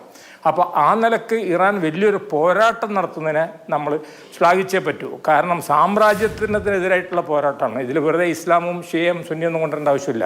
ഇത് PJ വിൻസെൻ്റ് എന്നോട് ചേരുമെന്ന് ഞാൻ ആഗ്രഹിക്കുന്നു. ഇത് സാമ്രാജ്യത്തിനെതിരായിട്ടുള്ളൊരു പോരാട്ടം. സാമ്രാജ്യം ധിക്കാരം പറയാണ്. ഇന്ത്യക്ക് അണുബോംബ് പാടില്ല, മറ്റവർക്ക് അണുബോംബ് പാടില്ല. അപ്പോൾ അതുകൊണ്ട് ഇവർ ആക്രമിക്കുന്നു. അപ്പോൾ ആ നിലക്കൊക്കെ ഞാൻ നോക്കുമ്പോൾ വലിയൊരു പോരാട്ടം തന്നെ ഇവർ നടത്തിയിരിക്കുന്നു. പക്ഷേ എത്ര കാലം ആ പോരാട്ടം നടത്താൻ പറ്റും? നമ്പർ 1. നമ്പർ 2, പക്ഷേ ഇസ്രായേലിനൊരു പ്രോബ്ലം ഉണ്ട്. ഇതിൻ്റെ ഇടയിൽ 2 വലിയ രാജ്യങ്ങൾ കിടക്കണമുണ്ട്, ഇറാഖൊക്കെ കിടക്കണമുണ്ട്. ഇതിനെ നേരിട്ട് മറ്റേ 1967 യുദ്ധത്തിൽ ചെയ്ത മാതിരി ഗോളൻ ഹൈറ്റ്സ് പിടിച്ച മാതിരിയോ വെസ്റ്റ് ബാങ്ക് പിടിച്ച മാതിരിയോ അല്ലെങ്കിൽ സിനായി പ്രദേശം പിടിച്ച മാതിരി ഇതിനെ പിടിക്കാൻ പറ്റൂല. പക്ഷേ ഇതിനെ അടിച്ച് ചിലപ്പോൾ ചാമ്പലാക്കാൻ പറ്റും. പക്ഷെ തുല്യശക്തികൾ എന്ന് പറയുന്നത് എല്ലാ ഗണങ്ങളിലും തുല്യാതുല്യം നിൽക്കുന്നത് എന്നുള്ളതല്ല. ഇപ്പോൾ വലിയ മിസൈൽ പ്രതിരോധ സംവിധാനം ഇസ്രായേലിനുണ്ട് എങ്കിൽ കൂട്ടമായ മിസൈൽ ആക്രമണം നടത്താനുള്ള ശേഷി ഇറാനുണ്ട്. ആ തരത്തിൽ ഇപ്പോൾ സൈനിക ശേഷിയുമായി ബന്ധപ്പെട്ടാണെങ്കിൽ അങ്ങനെ ഒരിടത്ത് ഒരാൾ മുന്നിൽ നിൽക്കുകയാണെങ്കിൽ മറ്റൊരിടത്ത് മറ്റൊരാൾ എന്ന നിലയ്ക്കുള്ള കോമ്പീറ്റൻസ് ഉണ്ട് എന്നുള്ളതാണ് ഈ അന്തർദേശീയ മാധ്യമങ്ങൾ എല്ലാവരും ചൂണ്ടിക്കാണിക്കുന്നത്. അതിനോടൊപ്പം തന്നെ മറ്റു രാജ്യങ്ങൾ കൂടി ചേരുന്നോ എന്നുള്ള പലതരം ചർച്ചകൾ നടക്കുന്നു. പക്ഷേ അങ്ങനെ സ്വന്തം മണ്ണിനെ, സ്വന്തം മനുഷ്യരെ ഒക്കെ മറ്റ് രാജ്യങ്ങളുടെ താല്പര്യത്തിന് വിട്ടുകൊടുക്കുന്ന രീതി നിലവിലുണ്ടോ എന്നുള്ളതും ചിന്തനീയമാണ്. അതും ഇസ്രായേലിൽ നിന്ന് ശ്രീ സോളമൻ മൈലക്കാട് കൂടി നമ്മളോടൊപ്പം ചേരുന്നുണ്ട്. ശ്രീ സോളമൻ, ഇപ്പോൾ ലോകം മുഴുവനും ഏറെ ആശങ്കയോടുകൂടി എന്താണ് സംഭവിക്കുന്നത് എന്ന് ഉറ്റുനോക്കുകയാണ്. 2 രാജ്യങ്ങൾക്കിടയിലുള്ള സംഘർഷം അങ്ങ് നിലവിൽ ഇസ്രായേലാണുള്ളത്. അവിടെ പക്ഷേ സ്വാഭാവിക ജീവിതത്തിന് അതിജീവനത്തിന്റെ പാതയിൽ പല സാധ്യതകൾ ഉണ്ടാക്കിയെടുത്തിട്ടുണ്ട് അല്ലെ? ബങ്കറുകളടക്കം ഇപ്പോൾ സൈറൻ കിട്ടുകയാണെങ്കിൽ തന്നെ അല്ലെങ്കിൽ വ്യോമാക്രമണം ഉണ്ടാകും എന്ന് നേരത്തെ കൂട്ടി സൈറനും മുൻപ് തന്നെ അറിയാൻ കഴിയുന്ന സംവിധാനങ്ങൾ, അങ്ങനെ ഒരു യുദ്ധമുണ്ടായാൽ പോലും സ്വാഭാവിക ജീവിതം മുന്നോട്ട് കൊണ്ടുപോകാൻ കഴിയുന്ന സാഹചര്യങ്ങൾ ഡെവലപ്പ് ചെയ്യുകയും അതിനനുസരിച്ചുള്ള സാമൂഹ്യ ക്രമം രൂപപ്പെടുത്തുകയും ചെയ്തിട്ടുണ്ടോ? തീർച്ചയായിട്ടും ഉണ്ട്. അത് നമുക്കിപ്പോ ഈ ഒരു 2-3 ദിവസമായിട്ടുള്ള കാഴ്ചകൾ തന്നെ അത് തന്നെയാണുള്ളത്. ഇപ്പോൾ പുതിയൊരു സിസ്റ്റം തന്നെ വന്നിട്ടുണ്ട്. നമുക്ക് എല്ലാവരുടെയും ഫോണുകളിൽ ഒരു 3 മിനിറ്റ് മുന്നേ 3-4 മിനിറ്റ് മുന്നേ ഒരു അലാം വരുന്നുണ്ട്. സെപ്പറേറ്റ് ഫോണുകളിലെല്ലാം എല്ലാ ഫോണുകളിലും വരുന്നുണ്ട്. ആ സമയത്ത് തന്നെ നമ്മൾ എസ്കേപ്പ് ആവണമെന്നുള്ള ഒരു അറിയിപ്പാണ് നമുക്ക് ആദ്യമേ തന്നെ തന്നിട്ടുള്ളത്. അതനുസരിച്ച് നമ്മൾ ഒരു 3-4 മിനിറ്റ് കൊണ്ട് നമുക്ക് ഓടി ബങ്കറുകളിലേക്ക് മാറാനുള്ള സമയമുണ്ട്. അതിനുശേഷമായിരിക്കും അലാറം വരുന്നത്, ഈ സൈറൻ വരുന്നത്. ആ സൈറൻ വന്നു കഴിഞ്ഞാൽ തീർച്ചയായിട്ടും നമ്മൾ വീണ്ടും കുറച്ചുകൂടെ കാര്യം എല്ലാം ഒരു 3 നിലയോളം താഴ്ചയുള്ള സേഫ്റ്റി റൂമുകളാണ് ഉള്ളത്. അത് 100 കണക്കിന് ആൾക്കാർക്ക് സേഫായിട്ടിരിക്കാവുന്ന സ്ഥലങ്ങളാണ്. അപ്പോൾ അത് ഓപ്പൺ ആയിട്ടുള്ളത് തന്നെയാണ്, പാർക്കിംഗ് ഏരിയ പോലുള്ള. അപ്പോൾ അതിലേക്ക് നമുക്ക് ഓടി മാറാനും അതിനുശേഷം ഒരു 10 മിനിറ്റോളം നമ്മൾ അതിൽ തന്നെ ഇരിക്കണമെന്നാണ് നമ്മളെ അറിയിച്ചിട്ടുള്ളത്. അതിനുശേഷം 3-4 നില താഴ്ചകളിലേക്കൊക്കെയാണ് ഈ ബങ്കറുകൾ ഉണ്ടാക്കിയിരിക്കുന്നത്. വളരെ ശാസ്ത്രീയമായി, വളരെ സാങ്കേതിക സംവിധാനങ്ങളോടൊക്കെ നിറഞ്ഞ, അതായത് ഇങ്ങനെയും ജീവിതം മുന്നോട്ട് പോകേണ്ടതുണ്ട് എന്ന കാഴ്ചപ്പാടോടുകൂടി തന്നെ തയ്യാറാക്കിയവയാണ്. തീർച്ചയായിട്ടും അങ്ങനെ തന്നെയാണ്.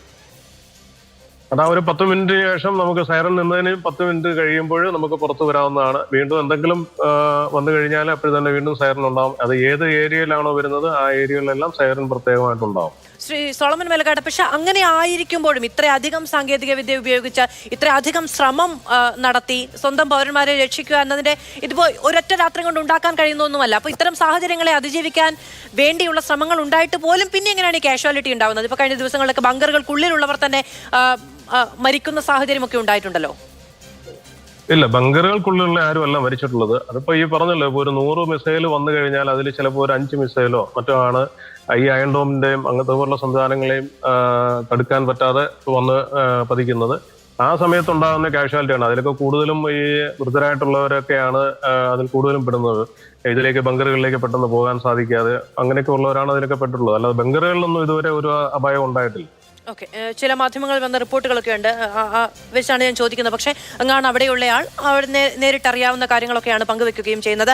അതിനുശേഷം വളരെ സ്വാഭാവികമായ, അതായത് ജോലിക്ക് പോകാൻ കഴിയുന്ന, മറ്റ് ഇടങ്ങളിലേക്ക് പോകാൻ കഴിയുന്ന സാഹചര്യങ്ങളൊക്കെ ഉണ്ട്. അതായത് ഇറാന് തുല്യമായ പ്രശ്നങ്ങളില്ല ഇസ്രയേലിൽ എന്നാണോ? തീർച്ചയായിട്ടും അങ്ങനെ തന്നെയാണ്. ഞാനിപ്പോൾ എൻ്റെ ഇത്രയും വർഷത്തെ എക്സ്പീരിയൻസ് വെച്ചിട്ട് തീർച്ചയായിട്ടും അങ്ങനെ തന്നെയാണ്. ഞാനിപ്പോഴും തന്നെ ഞാൻ വണ്ടിയിലാണുള്ളത്, എൻ്റെ വണ്ടിയിലാണുള്ളത്. ഞാനൊരു യാത്രയിടയ്ക്കാണ് ഈ കോളിൽ ഞാൻ പങ്കെടുക്കുന്നത്. ഞാൻ വണ്ടി നിർത്തി പാർക്കിങ്ങിൽ നിർത്തിയിട്ടിട്ടാണ് സംസാരിക്കുന്നത് തന്നെ. തീർച്ചയായിട്ടും അങ്ങനെ തന്നെയാണ്. നാട്ടിലൊക്കെ അറിയുന്നത് പോലുള്ള ഒരു വലിയൊരു കർഫ്യൂ ആയിട്ടോ. പിന്നെ ഒരു കാര്യമുള്ള ഒരു യുദ്ധസ്ഥലമാണ്, അറിയാമല്ലോ. അപ്പൊ ആ ഒരു അവർ തന്നിരിക്കുന്ന ഒരു പ്രിക്കോഷൻ നമ്മൾ എടുക്കുക എന്നുള്ള അതാണെന്നുണ്ടെങ്കിൽ തീർച്ചയായിട്ടും ഒരു അപകടങ്ങളിൽ നിന്നും നമ്മൾ രക്ഷപ്പെട്ട് പോകുന്നത് അങ്ങനെ തന്നെയാണോ? പക്ഷെ ഏത് സമയത്തും എന്തും സംഭവിക്കാമെന്നൊരു ആശങ്ക അതുകൊണ്ട് നടക്കേണ്ടി വരുന്നു എന്നുള്ളതാണ് ഈ സംഘർഷാവസ്ഥ നിങ്ങൾക്കുണ്ടാക്കിയിരിക്കുന്ന ഒരു മാനസികാവസ്ഥ അല്ലേ? ഇല്ല, ഞങ്ങൾക്ക് അങ്ങനെ ഒരു ആശങ്കയില്ല. കാര്യം അത് ഇവിടുത്തെ വർഷങ്ങളായിട്ടുള്ള ഈ ഒരു എക്സ്പീരിയൻസ് കൊണ്ട് അങ്ങനെ ഒരു ആശങ്കയില്ല. കാര്യം ഇവര് അത്രയും കൃത്യമായിട്ടുള്ള ഒരു സേഫ്റ്റി തരുന്നുണ്ട്. അതെല്ലാവർക്കും ഒരേ കണക്ക് തന്നെയാണ്. അതാണ് ഏറ്റവും പ്രത്യേകത. അതില് ഇന്ത്യക്കാരനെന്നോ അല്ലെങ്കിൽ നേപ്പാളിയെന്നോ ഫിലിപ്പീനിയെന്നോ അല്ലെ ഇസ്രായേലിയെന്നോ അങ്ങനെ ഒരു ഇതുമില്ല. എല്ലാവരും ഒരേ ഒരു കണ്ണിലാണ് അവർ കാണുന്നത് തന്നെ. ആർക്കും ഒരു ആപ്ലിക്കേഷൻ മുഖേന 3 മിനിറ്റ് മുമ്പ് ഇത്തരം അലാം ഓരോരുത്തരെയും വളരെ പേഴ്സണലായി അറിയിക്കുന്നു എന്ന് പറഞ്ഞല്ലോ. അത് ഈ ആക്രമണത്തിന്റെ പശ്ചാത്തലത്തിലാണോ, ഈ സംഘർഷാവസ്ഥയുടെ പശ്ചാത്തലത്തിലാണോ, അതോ നേരെ മുൻപേ തന്നെയുള്ള ഒരു തയ്യാറെടുപ്പാണോ? മുൻപേ ഉണ്ടായിരുന്നു. ഈ കഴിഞ്ഞ വർഷമൊക്കെ ഉണ്ടായിരുന്നെങ്കിലും അത് ഈ ഒരു സിസ്റ്റം അല്ല. അത് നമ്മൾ ഡൗൺലോഡ് ചെയ്യണമായിരുന്നു. ഇതിപ്പം ഡൗൺലോഡ് ചെയ്യേണ്ട ആവശ്യമില്ല. ഓട്ടോമാറ്റിക്കലി നമ്മുടെ എല്ലാവരുടെയും ഫോണിലേക്ക് വരുന്നതാണ്. അതിപ്പോ ഈ വ്യാഴാഴ്ച തൊട്ട് അയക്കുന്ന ഒരു ഇതാണ്. ശരി. അപ്പോൾ അതായത് ഒരു രാജ്യത്ത് നിന്ന് അവിടെ വന്ന് താമസിച്ചവർ അല്ലെങ്കിൽ അവിടെയുള്ളവർ എന്നൊരു വ്യത്യാസവുമില്ലാതെ ആ നിലയ്ക്ക് പൗരന്മാരെ സുരക്ഷിതരാക്കാനുള്ള സംവിധാനം ഇസ്രായേലിനുണ്ട് എന്നുള്ളതാണ് ശ്രീ സോളമൻ മേലക്കാട് നമുക്ക് തീർച്ചയായിട്ടും. ശരി, ഞാൻ അങ്ങിലേക്ക് വരാം. ശ്രീ PJ വിൻസെന്റ്, ഇപ്പൊ നമ്മള് ശ്രീ സോളമൻ മേലക്കാട്ട് അവിടുത്തെ ഒരു സാഹചര്യം പറഞ്ഞതാണ്. അത് അവിടെ നിന്നുള്ളവർക്ക് മാത്രം നമുക്ക് പറഞ്ഞു തരാൻ കഴിയുന്ന കാര്യമാണ്. പക്ഷേ അവിടുത്തെ സാമൂഹ്യ ജീവിതത്തെ ആ തരത്തിൽ ബാധിച്ചിട്ടില്ല. നമ്മളുടെ ഏറ്റവും വലിയ കൺസേൺ എന്ന് പറയുന്നത് മറ്റിടങ്ങളിലെ ഈ സംഘർഷം ഉരുണ്ടുകൂടുന്ന സമയത്ത് മറ്റുള്ള ഇടങ്ങളിലെ അതെങ്ങനെ ബാധിക്കുന്നു എന്നുള്ളതാണ്. നേരത്തെ പറഞ്ഞു റഷ്യ യുക്രൈൻ സംഘർഷം ഉണ്ടാകുന്ന സമയത്ത് ഇനിയിപ്പോൾ ഒരു ബോർഡർ മാത്രം കേന്ദ്രീകരിച്ചുള്ള അതിർത്തി കേന്ദ്രീകൃത യുദ്ധം എന്നൊന്നിനെ പറ്റി നമ്മൾ വിചാരിക്കേണ്ടതില്ലല്ലോ. ഇപ്പൊ ഇന്ത്യ പാകിസ്ഥാൻ സംഘർഷം ഉരുണ്ടുകൂടിയ സമയത്ത് മണിക്കൂറുകൾക്കുള്ളിലാണ് 4-5 സംസ്ഥാനങ്ങളുടെ മുഴുവൻ ബോർഡറുകളും കുറച്ച് കടന്നുള്ള പ്രദേശങ്ങളുമൊക്കെ സംഘർഷഭരിതമായത് നമുക്ക് ഓർമ്മയുണ്ട്. അങ്ങനെ സാമ്പത്തിക ക്രമത്തെ അപ്പാടെ ബാധിക്കാൻ കഴിയുന്ന, സാമൂഹ്യ ജീവിതത്തെ അപ്പാടെ ബാധിക്കാൻ കഴിയുന്ന, സുരക്ഷിതത്വത്തെ അപ്പാടെ ബാധിക്കാൻ കഴിയുന്ന ഒന്ന് മാത്രമായിട്ടേ ഇനി യുദ്ധം അരങ്ങേറുകയുള്ളൂ എന്നത് ഒരു യാഥാർത്ഥ്യവുമാണ്. ഇപ്പോൾ അൽ ജസീറയൊക്കെ റിപ്പോർട്ട് ചെയ്യുന്നത് ഇറാൻ കൂടുതൽ ആക്രമണങ്ങൾക്ക്, തിരിച്ചടികൾക്ക് പദ്ധതിയിടുന്നു എന്നുള്ളത് തന്നെയാണ്. അവർക്ക് ഇപ്പോൾ തന്നെ നടത്തുന്നുണ്ട്. ഇന്നു തന്നെ ഏതാണ്ട് 8 കാഷ്വാലിറ്റി ആ തരത്തിലുണ്ട് എന്നുള്ളതാണ് അൽ ജസീറയൊക്കെ റിപ്പോർട്ട് ചെയ്യുന്നത്. അത് ഓരോ മാധ്യമങ്ങൾക്കും ഓരോ താല്പര്യങ്ങൾ എന്ന നിലയ്ക്ക് കാണാവുന്നതാണ്. എന്നിരുന്നാൽ പോലും ഇപ്പോൾ ആദ്യത്തെ ദിവസം നമ്മുടെ വിപണിയിൽ വലിയ തിരിച്ചടി ഉണ്ടായി. പിന്നീട് അത് തിരിച്ചു കയറാനുള്ള ഒരു ശ്രമം നടത്തുന്നു. ഇന്നത്തെ ഒരു ക്രമം വെച്ച് നോക്കുകയാണെങ്കിൽ ഏത് സംഘർഷാവസ്ഥ ഉണ്ടായാലും ആ മേഖലയെ, സാമ്പത്തിക മേഖലയെ ഒറ്റപ്പെടുത്തിക്കൊണ്ട് മറിച്ചുള്ള ഒരു അതിജീവനം എന്ന നിലയിലേക്ക് ഒരു സാമ്പത്തിക രീതി മാറിയിട്ടുണ്ടോ? സ്വാഭാവികമായിട്ടും അതിജീവിക്കാനുള്ള സാധ്യതയുണ്ട്. വളരെ പെട്ടെന്ന് തന്നെ ലോകക്രമം തിരിച്ചു വരുമല്ലോ. പക്ഷേ ഇറാന്റെ ഒരു സാന്നിധ്യം ഗൾഫ് മേഖല വളരെ പ്രധാനപ്പെട്ടതാണ്. ഇന്ത്യ പാക് സംഘർഷത്തിൽ വളരെ പെട്ടെന്ന് നമ്മൾ തിരിച്ചു വന്നതുപോലെ അല്ല ഗൾഫിലെ സ്ഥിതി.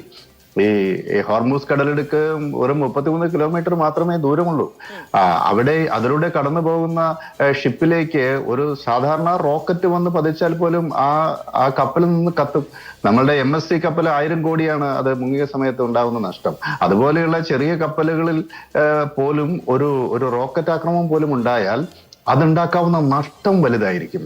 അപ്പൊ അതുകൊണ്ട് ഇപ്പോഴും ഇറാന് ഈ ഗൾഫ് കടലിന്റെ മേലെ ആക്രമണം നടത്താനുള്ള ശേഷിയുണ്ട്. അതുപോലെ ഹോർമൂസ് കടലിടുക്കിൽ ഹൂത്തികൾക്കും നിർണായകമായി ഇടപെടാൻ സാധിക്കും.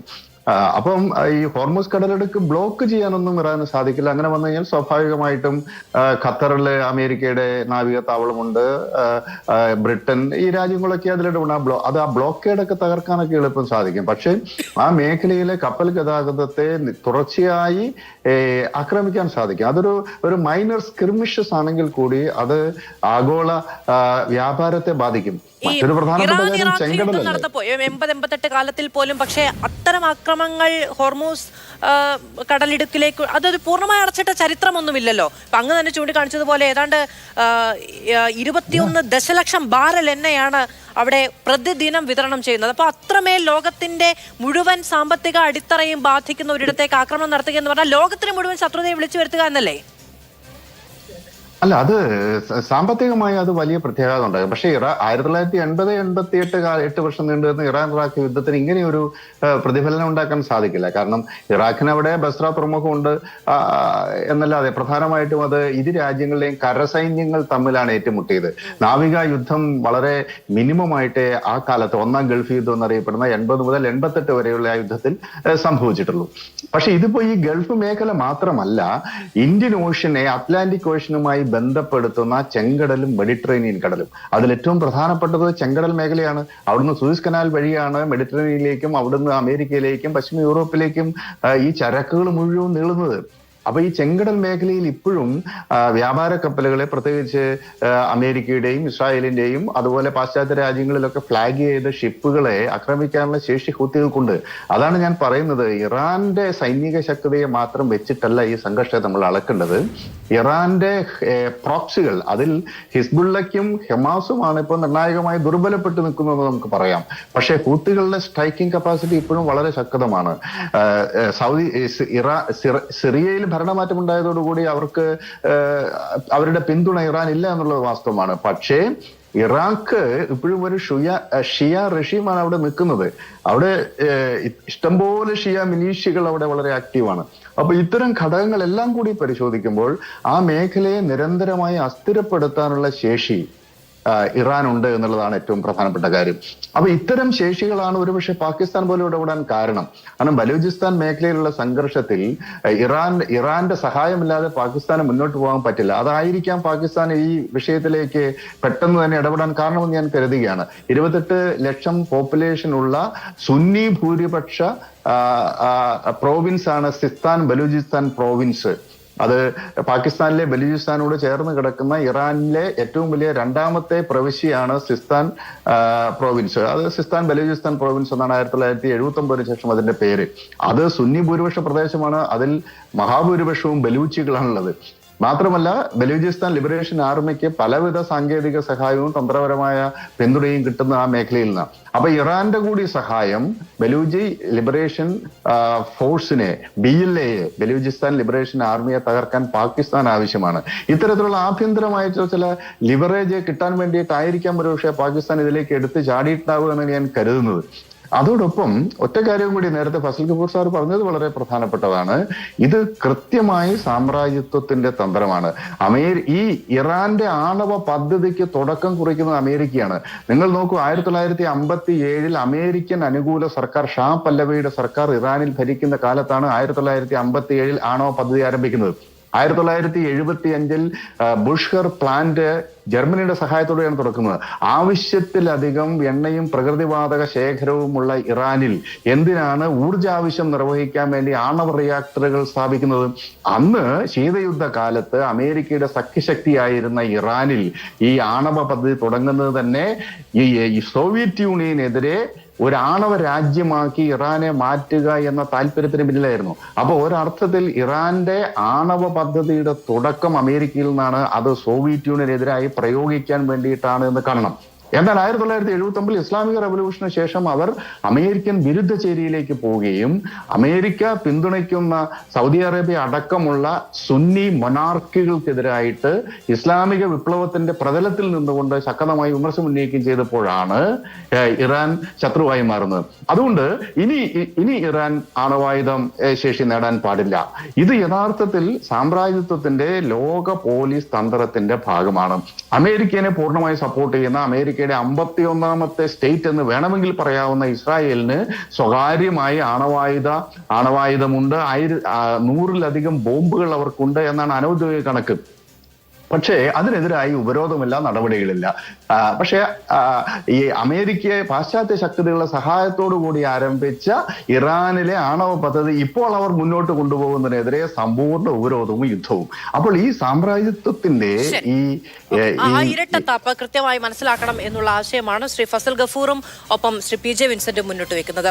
ശ്രീ മാർട്ടിൻ പാട്രിക്, ഇപ്പോൾ ലോകമെമ്പാടുമുള്ള ഓഹരി വിപണികൾ ഈ കഴിഞ്ഞ 4 ദിവസം പ്രതികരിച്ചത് എങ്ങനെയാണ് എന്നുള്ളത് നമുക്കറിയാവുന്നതാണ്. അമേരിക്കൻ ഓഹരി വിപണിയിൽ, യൂറോപ്യൻ ഓഹരി വിപണികളിൽ, ജർമ്മൻ ഓഹരി വിപണികളിൽ, ഫ്രാൻസിന്റെ ഓഹരി വിപണികളിൽ എല്ലാം നഷ്ടമുണ്ടായി. ഇതിപ്പോ ഇന്നത്തോടെയൊക്കെ ചെറിയ തിരിച്ചുവരവുകൾ കാണിക്കുന്നുണ്ട്. എന്നിരുന്നാലും ഇവർ തമ്മിൽ ഒരു നേരിട്ടുള്ള യുദ്ധത്തിലേക്ക് പോയേക്കില്ല എന്ന സൂചനകൾ ഉണ്ടായതുകൊണ്ടാണ് ഇസ്രായേൽ എങ്ങനെയാണ് അതിനെ തിരിച്ചടിക്കുന്നത് എന്ന് ജാഗരൂകരായി നോക്കി കണ്ടതിന് ശേഷമാണ് പിന്നീട് ഈ ഓഹരി വിപണികൾ പ്രതികരിച്ചു തുടങ്ങിയത്. ഇതിപ്പോ ഇടവിട്ടുള്ള ആക്രമണം, ഇടവിട്ടുള്ള പ്രത്യാക്രമണം എന്ന നിലയ്ക്ക് മാത്രം മുന്നോട്ട് പോകുന്ന ഒന്ന് എന്ന നിലയ്ക്ക് സാമ്പത്തിക മേഖല കാണുന്നത് കൊണ്ടല്ലേ ഇത് തിരിച്ചു വരാനുള്ള ശ്രമം കാണിക്കുന്നത്? മറിച്ചെങ്കിൽ അതിന്റെ പരിണിതഫലം ലോകത്തെ ആകെ ബാധിക്കുന്ന ഒന്നായിരിക്കില്ലേ? അത് വളരെ ശരിയാണ്. പക്ഷേ മനസ്സിലാക്കേണ്ട ഒരു കാര്യം, ഓഹരി വിപണി മാത്രമല്ല ലോകത്തിൻ്റെ ഒരു മുന്നോട്ട് കൊണ്ടുപോകുന്ന സാധനമെന്ന് മനസ്സിലാക്കണം. ഓഹരി വിപണി എപ്പോഴും സെൻസിറ്റീവാണ്. അത് വാർത്തകളുടെ പിന്നാലെ സഞ്ചരിക്കും. അതുകൊണ്ടിട്ട് നമുക്ക് ഒരു ട്രേഡിംഗ് നടക്കുന്ന മേഖലയിൽ ട്രേഡിംഗ് എപ്പോഴൊക്കെ ഓഹരി വിപണിയിൽ നടക്കുന്നോ അതിന് ഈ വാർത്തകൾ ഇൻഫ്ലുവൻസ് ചെയ്യും. പക്ഷേ ഒരു ഇൻവെസ്റ്റ്മെൻറ്റ് നടക്കുമ്പോൾ എന്ന് പറഞ്ഞാൽ ഒരു ദീർഘകാലത്തേക്ക് പണം നിക്ഷേപിക്കുന്ന ഒരാളെ സംബന്ധിച്ചിടത്തോളം ഇതൊരു വലിയ പ്രശ്നമാകില്ല. പക്ഷെ കൂടുതൽ ആളുകളും ഈ ട്രേഡിംഗ് നടത്തുന്നവരായതുകൊണ്ടിട്ട് ഓഹരി വിപണി ദോഷകരമായി ബാധിക്കുമെന്നുള്ളതിൽ സംശയമില്ല. പക്ഷേ ഞാൻ പറയുന്ന മറ്റൊരു പോയിന്റ് എന്താണെന്ന് പറഞ്ഞാൽ ഈ കടലിടുക്കിനെ ആശ്രയിച്ചിട്ടുള്ള ഇമ്പോർട്ടും എക്സ്പോർട്ടും ഒക്കെ നടക്കുന്നതിന് അത് സുഗമമായിട്ട് നടക്കുന്നതിന് തന്നെ പ്രതിബന്ധം സൃഷ്ടിക്കുന്നു. ഈ അസ്വസ്ഥത ഞാൻ നേരത്തെ പറഞ്ഞതുപോലെ അത് എന്നെ സപ്പോർട്ട് ചെയ്യുകയും ചെയ്തിട്ടുണ്ട്. കടലിടുക്ക് എളുപ്പം അടയ്ക്കാനുള്ള ഒരു സാധ്യത ഞാൻ കാണുന്നില്ല. പക്ഷേ ഈ അസ്വസ്ഥത വളരെ വലുതാണ്. അത് നമുക്ക് വളരെയധികം ദോഷം ചെയ്യും. അപ്പോൾ ഓഹരി വിപണി മാത്രമല്ല, മറ്റ് പിന്നീട് റിയൽ എക്കോണമിയിലും, ഓഹരി എക്കോണമി ഒരു ബബിൾ എക്കോണമിയും കൂടിയാണല്ലോ. പക്ഷേ റിയൽ എക്കോണമിയിൽ തന്നെ ദോഷം സംഭവിക്കുന്ന രീതിയിൽ ഈ യുദ്ധം നീണ്ടാൽ കുഴപ്പം സംഭവിക്കും. പക്ഷേ അതിൻ്റെ ഒരു സാധ്യത എത്ര കണ്ടെന്നുള്ളതിന് രണ്ടഭിപ്രായമുണ്ട്. രണ്ടല്ല, പല അഭിപ്രായങ്ങളുണ്ട്. അതിൽ പ്രധാനമായിട്ടും ഒന്ന് ഇവിടെ വാദിച്ചതുപോലെ ഇത് ചിലപ്പോഴും നീണ്ടുപോകാം. ഞാനെന്നാലും അതിനേക്കാളും കൂടുതൽ അധികം നീണ്ടു പോവില്ല എന്ന് എന്തോ ഞാൻ വിശ്വസിക്കാനാണ് ഇഷ്ടപ്പെടുന്നത്. അതിൻ്റെ കാര്യകാരണങ്ങളിലേക്ക് ഞാൻ കടക്കുന്നില്ലെങ്കിലും സാമ്പത്തികമായിട്ടുള്ള പ്രശ്നങ്ങൾ പരിശോധിക്കുമ്പോൾ നമുക്കുണ്ടാകാവുന്ന ചില കാര്യങ്ങൾ കൂടി പറയാം. ഒന്നെന്ന് പറയുന്നത്, നമുക്കിപ്പം ഇത് സംഭവിച്ചിട്ട് ഈ കോസ്റ്റ് ഓഫ് പിന്നെ ട്രാൻസ്പോർട്ടേഷൻ കൂടുമ്പോൾ സ്വാഭാവികമായിട്ടും ഇതിൻ്റെ വില കൂടും. അപ്പോൾ ഒരു ഡോളർ ഒരു ബാരലിന് കൂടിക്കഴിഞ്ഞ് തീർന്നാൽ നമ്മളുടെ ഇമ്പോർട്ട് ബില്ല് തന്നെ 2 ബില്യൺ കൂടും. അപ്പോൾ നമ്മുടെ ഇമ്പോർട്ട് ബില്ല് കൂടുമ്പോൾ നമ്മുടെ ട്രേഡ് ബാലൻസിനെ ബാധിക്കും, ദോഷകരമായി ബാധിക്കും. അതുപോലെ തന്നെ കുഴപ്പങ്ങൾ സംഭവിക്കും. അതുപോലെ തന്നെ 10% വില വർദ്ധിച്ചാൽ, മറ്റൊരു കണക്ക് പറയുന്നത് ക്രൂഡ് ഓയിലിൻ്റെ വില 10% വർദ്ധിച്ചു കഴിഞ്ഞിരുന്നാൽ GDP 0.3% നമുക്ക് കുറയുമെന്നും ഇൻഫ്ലേഷൻ 0.4% കൂടുമെന്നുമാണ് കണക്കാക്കുന്നത്. ഇപ്പം നമ്മൾ വിലക്കയറ്റത്തേക്ക് ഹലോ കേൾക്കാം, എനിക്ക് കേൾക്കാം. അതായത് ഇപ്പം നമ്മൾ വിലക്കയറ്റത്തേക്ക് അല്ല, ഇൻഫ്ലേഷനുമായി ബന്ധപ്പെട്ട ആശങ്ക അങ്ങ് അത് പങ്കുവെച്ചപ്പോൾ ഞാനത് ഒന്ന് ഊന്നി പറയുകയായിരുന്നു. കാരണം അത് നമുക്ക് നമ്മുടെ GDP, നമ്മുടെ വിപണികളെ, നമ്മുടെ വാങ്ങൽ ശേഷിയെ ഒക്കെ നേരിട്ട് ബാധിക്കുന്ന ഒന്നാണ്. നമ്മുടെ ഇതുപോലെയുള്ള രാജ്യങ്ങൾക്ക് അതിനെപ്പറ്റി ചിന്തിക്കാൻ പോലും കഴിയുന്ന സാമ്പത്തിക ക്രമം ഇപ്പോഴില്ല.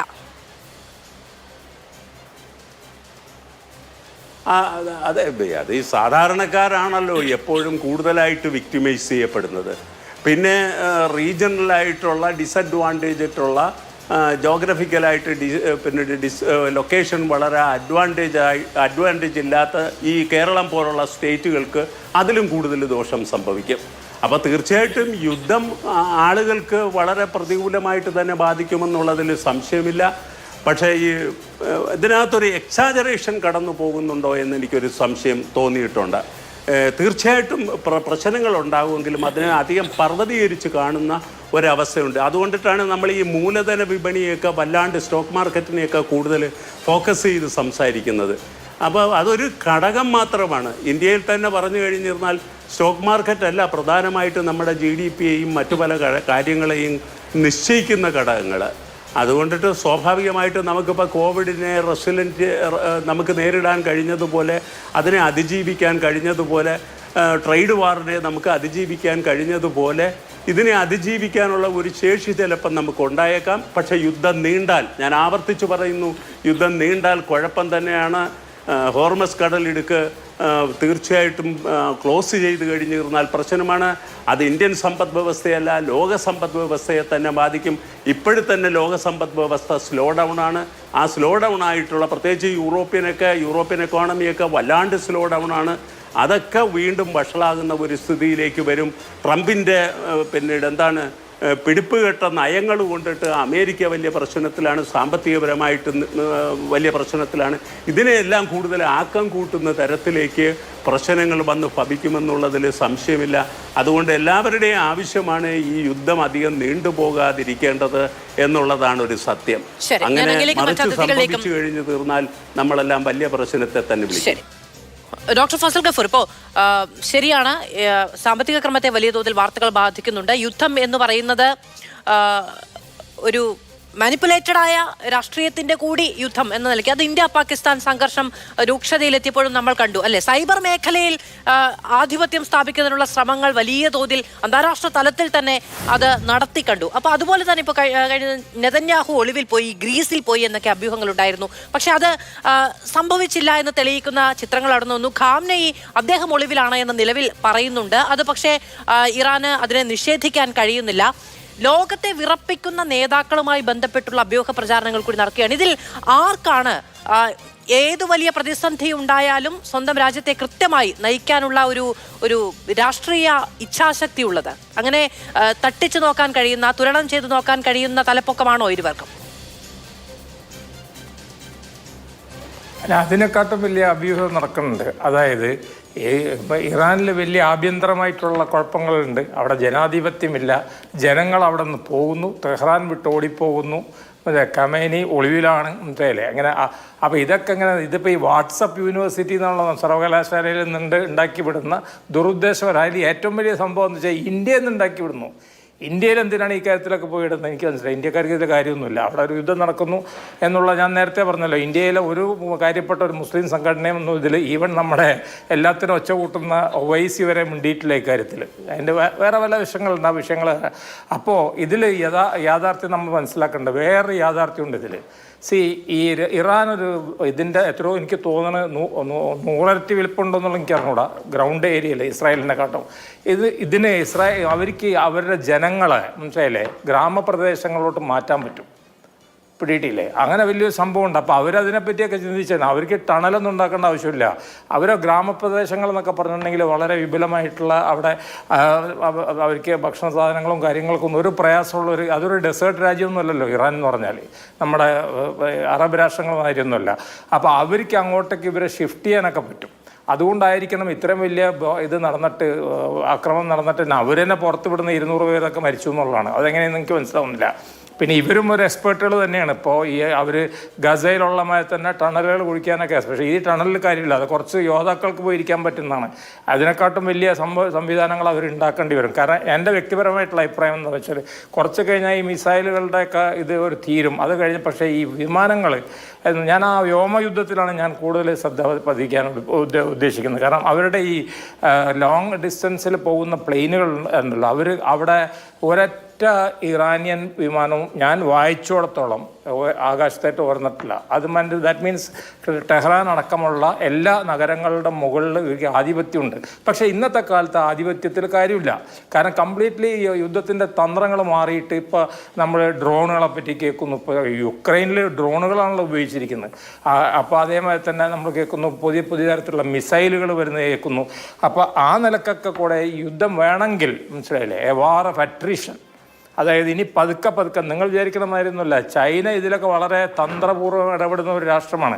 ഇപ്പം അമേരിക്കയുടെ 5th ഫ്ലീറ്റ്, അതിൽ ഞാൻ കാൾ വിൻസൺ എന്ന് പറഞ്ഞിട്ടുള്ള എയർക്രാഫ്റ്റ് കാരിയർ വന്നോ ഇല്ലേ എന്നുള്ളത് എനിക്ക് അറിഞ്ഞൂടാ.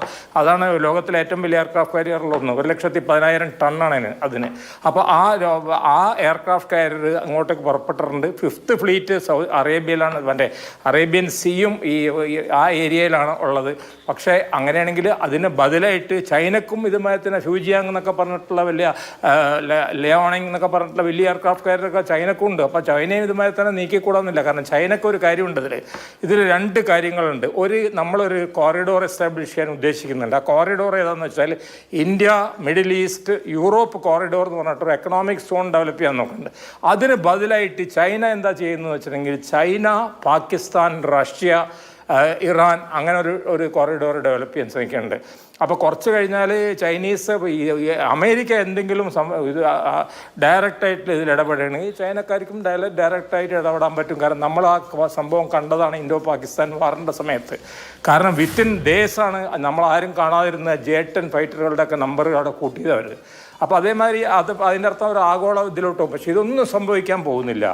ഇതൊന്നും കാരണം വെച്ചിട്ടുണ്ടെങ്കിൽ നമ്മൾ വിചാരിച്ച മാതിരി ഒരു ലിമിറ്റഡ് സ്ട്രാറ്റജിക് വാറില്ല, വലിയൊരു തരത്തിലുള്ള ഒരു യുദ്ധത്തിലോട്ട് പോയി കഴിഞ്ഞിട്ടുണ്ടെങ്കിൽ തീർച്ചയായിട്ടും അമേരിക്കക്ക് മാത്രമല്ല നമ്മൾ മനസ്സിലാക്കേണ്ടത് ഇതിലെ സുന്നി രാഷ്ട്രങ്ങൾ എന്ന് പറയപ്പെടുന്ന അറബ് സ്റ്റേറ്റുകൾ, അതായത് ഈ അമേരിക്കയുടെ അലൈസായി മാറിയിട്ടുള്ള ഈജിപ്റ്റ് തൊട്ടിട്ട് ഇറാഖ് തൊട്ടിട്ട് സൗദി അറേബ്യ വരെ അവർക്കാണ് ഏറ്റവും വലിയ നഷ്ടം വരിക.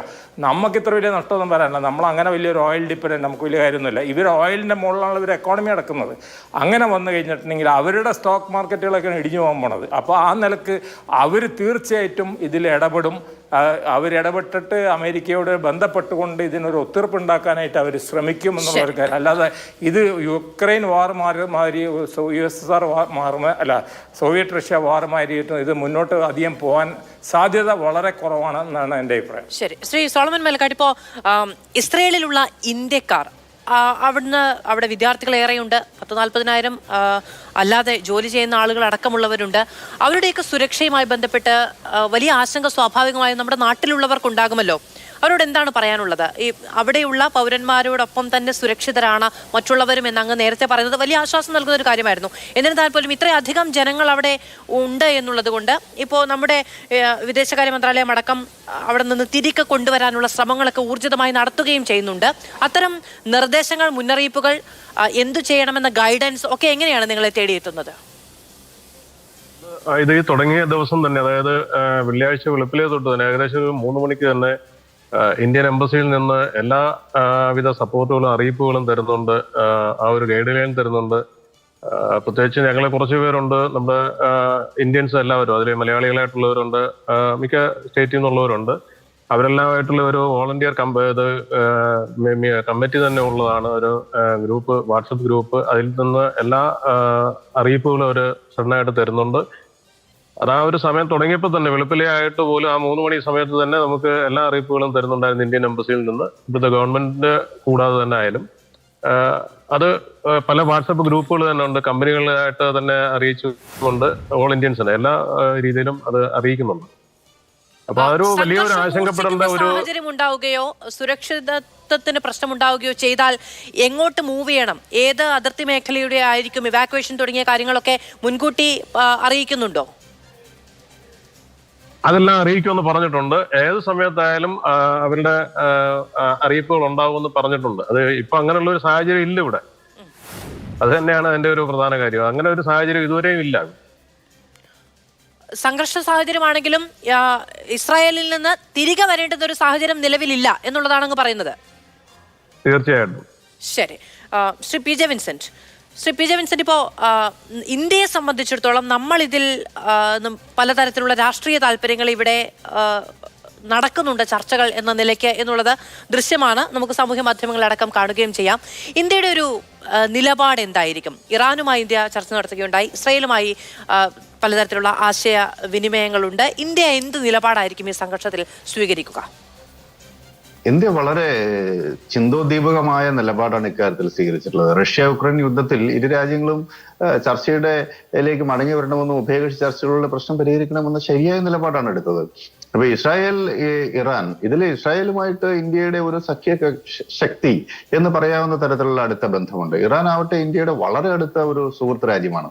അപ്പോൾ ഈ 2 രാജ്യങ്ങൾ തമ്മിലുള്ള സംഘർഷത്തിൽ നമുക്ക് വലിയ പരിക്കേൽക്കാൻ സാധ്യതയുള്ളൊരു രാജ്യമാണ് ആ അർത്ഥത്തിൽ. കാരണം രണ്ടും സൗഹൃദ രാജ്യങ്ങളാണ്. ഇറാനുമായി ബന്ധപ്പെട്ട് ചബഹാർ പോർട്ട് നമ്മൾ ഡെവലപ്പ് ചെയ്യുകയാണ്. പാകിസ്ഥാൻ സൃഷ്ടിക്കുന്ന ഈ ബാരിയർ, ടെറിട്ടോറിയൽ ബാരിയർ മറികടക്കാൻ നമ്മളെ സഹായിക്കുന്ന ഒന്നാണ് ചബഹാർ പോർട്ട്. ചബഹാറിൽ നിന്ന് അഫ്ഗാനിസ്ഥാനിലേക്കും സെൻട്രൽ ഏഷ്യയിലേക്കും റഷ്യ വരെ നീളുന്ന ഒരു വ്യാപാര പാത അതിലൂടെ ഉണ്ടാക്കാൻ സാധിക്കും. അതുപോലെ ഇറാനുമായിട്ട് എണ്ണ, അതിപ്പോ ഉപരോധമുള്ള കാരണം വലിയ തോതിൽ നമ്മൾ എണ്ണ ഇറക്കുമതി ചെയ്യുന്നില്ല. പ്രധാനമായിട്ടും റഷ്യയും സൗദി അറേബ്യയും ഇറാഖിൽ നിന്നുമാണ് നമ്മൾ എണ്ണ ഇറക്കുമതി ചെയ്യുന്നത്. എങ്കിലും ഈ ഇറാനുമായിട്ട് ബന്ധങ്ങൾ നോർമലൈസ് ചെയ്ത് കഴിഞ്ഞാൽ നമുക്ക് വളരെ അടുത്ത ബന്ധങ്ങൾ വളർത്തിയെടുക്കാൻ പറ്റുന്ന സാഹചര്യമുണ്ട്. ഇസ്രായേൽ ആവട്ടെ എല്ലാ അർത്ഥത്തിലും സൈനികമായിട്ടും സാങ്കേതികമായിട്ടും ഇസ്രായേലിന്റെ സഹായം നമുക്ക് കിട്ടുന്നുണ്ട്. ഇന്ത്യയും ഇസ്രായേലും കൂടെ സംയുക്തമായി ബരക് മിസൈലുകൾ ഡെവലപ്പ് ചെയ്യുന്നു. ഇസ്രായേൽ ഏറ്റവും അധികം ആയുധങ്ങൾ കയറ്റി അയക്കുന്നത് ഇപ്പോൾ ഇന്ത്യയിലേക്കാണ്. നിർണായക ഘട്ടത്തിലെല്ലാം ഇന്ത്യ ഒരു സംഘർഷം നേരിടുന്ന ഘട്ടത്തിൽ എല്ലാം ഇന്ത്യക്കൊപ്പം നിന്ന ലോകത്തിലെ ഏക രാജ്യമെന്ന് വേണമെങ്കിൽ നമുക്ക് ഇസ്രായേലിനെ പറയാം.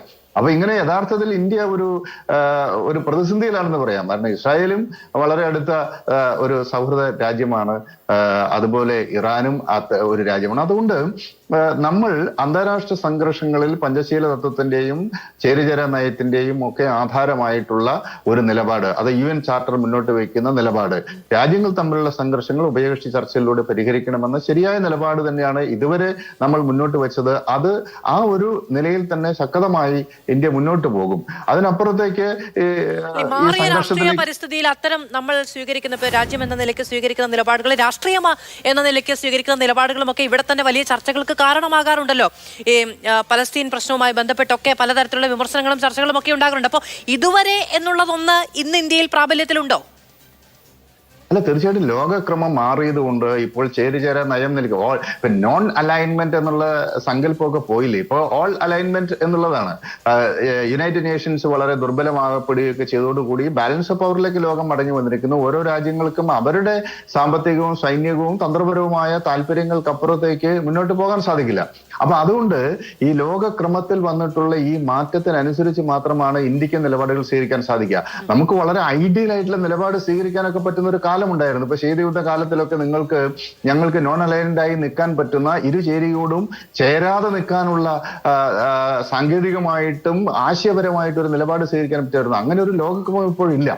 അതുകൊണ്ട് ഇന്ത്യക്ക് അതിന്റെ സാമ്പത്തിക, സൈനിക, രാഷ്ട്രീയ താല്പര്യങ്ങൾ മുന്നോട്ട് കൊണ്ടുപോകാൻ പറ്റുന്ന ബന്ധങ്ങളിലായിരിക്കും സ്വാഭാവികമായിട്ടും ഇന്ത്യ ഇടപെടുക. അതിൽ ഏറ്റവും പ്രധാനപ്പെട്ട ഒന്നാണ് ഇന്ത്യ വെസ്റ്റ് ഏഷ്യ, യൂറോപ്പ് സാമ്പത്തിക ഇടനാഴി. അതിവിപുലമായ ഒരു പദ്ധതിയാണ് 2022 നമ്മുടെ G20 ഉച്ചകോടിയിൽ വെച്ച് രൂപപ്പെടുത്തിയ ഒന്നാണ്. അപ്പോൾ യഥാർത്ഥത്തിൽ ഗാസ സംഘർഷമാണ് അത് വൈകിപ്പിക്കുന്നത്. അതോടൊപ്പം അബ്രഹാമിക് അക്കോർഡിന്റെ ഭാഗമായിട്ട് ഇസ്രായേലും അറബ് രാജ്യങ്ങളും തമ്മിൽ ഐക്യപ്പെടുമ്പോൾ അതിനോട് ചേർന്ന് നിന്നുകൊണ്ട് ആ മേഖലയിൽ സാമ്പത്തിക പ്രവർത്തനങ്ങൾ ശക്തിപ്പെടുത്താൻ ഇന്ത്യ പരിശ്രമിക്കുകയാണ്. അപ്പൊ ഇങ്ങനെയുള്ള വലിയ വലിയ പദ്ധതികൾ, ചബഹാർ പദ്ധതി, India middle east Europe economic corridor, ഇങ്ങനെയൊക്കെയുള്ള വലിയ പദ്ധതികളെല്ലാം ഡിലേഡ് ആവാനുള്ള പ്രധാനപ്പെട്ട കാരണം ഇപ്പോൾ നടന്നുകൊണ്ടിരിക്കുന്ന ഇസ്രായേൽ ഗസ യുദ്ധവും പുതിയ ഒരു യുദ്ധമുഖമായിട്ട് ഇപ്പോൾ വികസിച്ചു വരുന്ന ഇസ്രായേൽ ഇറാൻ സംഘർഷമൊക്കെയാണ്. ഈ യുദ്ധവും സംഘർഷവും തുടരുന്ന കാലത്തോളം നമുക്ക് വലിയ സാമ്പത്തിക താല്പര്യങ്ങളുള്ള ഈ മേഖല അസ്ഥിരമാവുകയാണ്. അതുകൊണ്ട് തീർച്ചയായിട്ടും വളരെ പെട്ടെന്ന് ഈ യുദ്ധം അവസാനിപ്പിക്കുക എന്നുള്ളത് ലോകത്തിലുള്ള എല്ലാ രാജ്യങ്ങളുടെയും താല്പര്യമാണ്. ഭാരതത്തെ സംബന്ധിച്ചിടത്തോളം ഇക്കാര്യത്തിൽ സവിശേഷമായ താല്പര്യമുണ്ട്. കാരണം നമ്മുടെ സാമ്പത്തിക പ്രക്രിയ വളരെ ഗൾഫ് മേഖലയുമായിട്ട് വളരെയധികം ബന്ധപ്പെട്ടിരിക്കുന്നു. അത് സാമ്പത്തിക ആദാന പ്രദാനങ്ങൾ മാത്രമല്ല, ലക്ഷക്കണക്കിന് മനുഷ്യരാണ് അവിടെ ഉള്ളത്, ഗൾഫ് മേഖലയിൽ പ്രവാസികളായിട്ടുള്ളത്. അപ്പൊ ഇത്തരം ഘടകങ്ങളെല്ലാം ഇന്ത്യയെ സംബന്ധിച്ചിടത്തോളം ഒരു സമാധാനപരമായ അന്തരീക്ഷം അവിടെ നിലനിർത്തുന്നതിന് വേണ്ടിയിട്ട് ശരിയായ നിലപാട് അതിശക്തമായി എടുക്കാൻ പ്രേരിപ്പിക്കുന്നുണ്ട് എന്നതാണ് ഏറ്റവും പ്രധാനപ്പെട്ട കാര്യം. ശരി, ശ്രീ മാർട്ടിൻ പാട്രിക്, ഇപ്പോൾ വിമാന കമ്പനികളിൽ പലതും, അത് എമിറേറ്റ്സ് ആകട്ടെ ജൂൺ 30 വരെ ആ മേഖല കേന്ദ്രീകരിച്ചുള്ള സർവീസുകൾ നിർത്തിവെച്ചിട്ടുണ്ട്. ഇത്തിഹാദ്, ഖത്തർ എയർവേസ് തുടങ്ങിയ മിക്കവാറും വിമാന കമ്പനികളെല്ലാം തന്നെ ആ വ്യോമപാതയിലൂടെയുള്ള സർവീസുകൾ വെട്ടിച്ചുരുക്കുകയോ റദ്ദാക്കുകയോ ഒക്കെ ചെയ്തിട്ടുണ്ട്. അത് ലോകത്തിനുണ്ടാക്കുന്ന, ഇപ്പോൾ ഒരു വ്യോമപാത ഒഴിവാക്കുകയാണെന്ന് പറഞ്ഞാൽ സാമ്പത്തികമായി മറ്റ് ജീവിതവുമായി ബന്ധപ്പെട്ട പല മേഖലകളിലൊക്കെ വലിയ സ്തംഭനാവസ്ഥ ഉണ്ടാക്കുന്ന ഒന്നാണ്. പിന്നെ ഇന്ത്യയിലേക്ക് നോക്കുകയാണെങ്കിൽ ഇപ്പോൾ സ്വർണ്ണ വിലയിൽ ഉണ്ടാകുന്ന മാറ്റം, ഒരൊറ്റ ദിവസം 10,000-2,000 രൂപയ്ക്ക് മുകളിൽ സ്വർണ്ണവിലയിൽ മാറ്റം വരുന്ന ഒന്ന് നമ്മൾ കണ്ടു. ഇന്നിപ്പോൾ ഒരു ചെറിയ തുക കുറഞ്ഞിട്ടുണ്ട്. എന്നിരുന്നാൽ പോലും കഴിഞ്ഞ 4 ദിവസങ്ങളിൽ ആ ട്രെൻഡ് ഉണ്ടായിരുന്നു എന്നുള്ളത് വ്യക്തമാണ്. ഇന്ത്യയെ സംബന്ധിച്ചിടത്തോളം സാമ്പത്തികമായ ഒരു വലിയ റിസർവ് എന്ന നിലയ്ക്ക് തന്നെ പരിഗണിക്കപ്പെടുന്ന ഒന്നാണ് സ്വർണ്ണ നിക്ഷേപം. അതുണ്ടാക്കുന്ന ഒരു മാറ്റം എങ്ങനെയായിരിക്കും? അല്ല, ഇത് ഒരു യുദ്ധം ഉണ്ടായിക്കഴിഞ്ഞിരുന്നാൽ, ഒരു അസ്വസ്ഥത ഉണ്ടായിക്കഴിഞ്ഞിരുന്നാൽ പ്രാഥമികമായിട്ടും അത് ബാധിക്കുന്നത് വ്യോമയാന മേഖലയാണ്. അത് കഴിഞ്ഞാൽ ടൂറിസത്തെയാണ്. ഇത് രണ്ടും ലോകത്ത് മുഴുവനും വളരെയധികം സംഭാവന ചെയ്യുന്ന 2 മേഖലകൾ തന്നെയാണ്.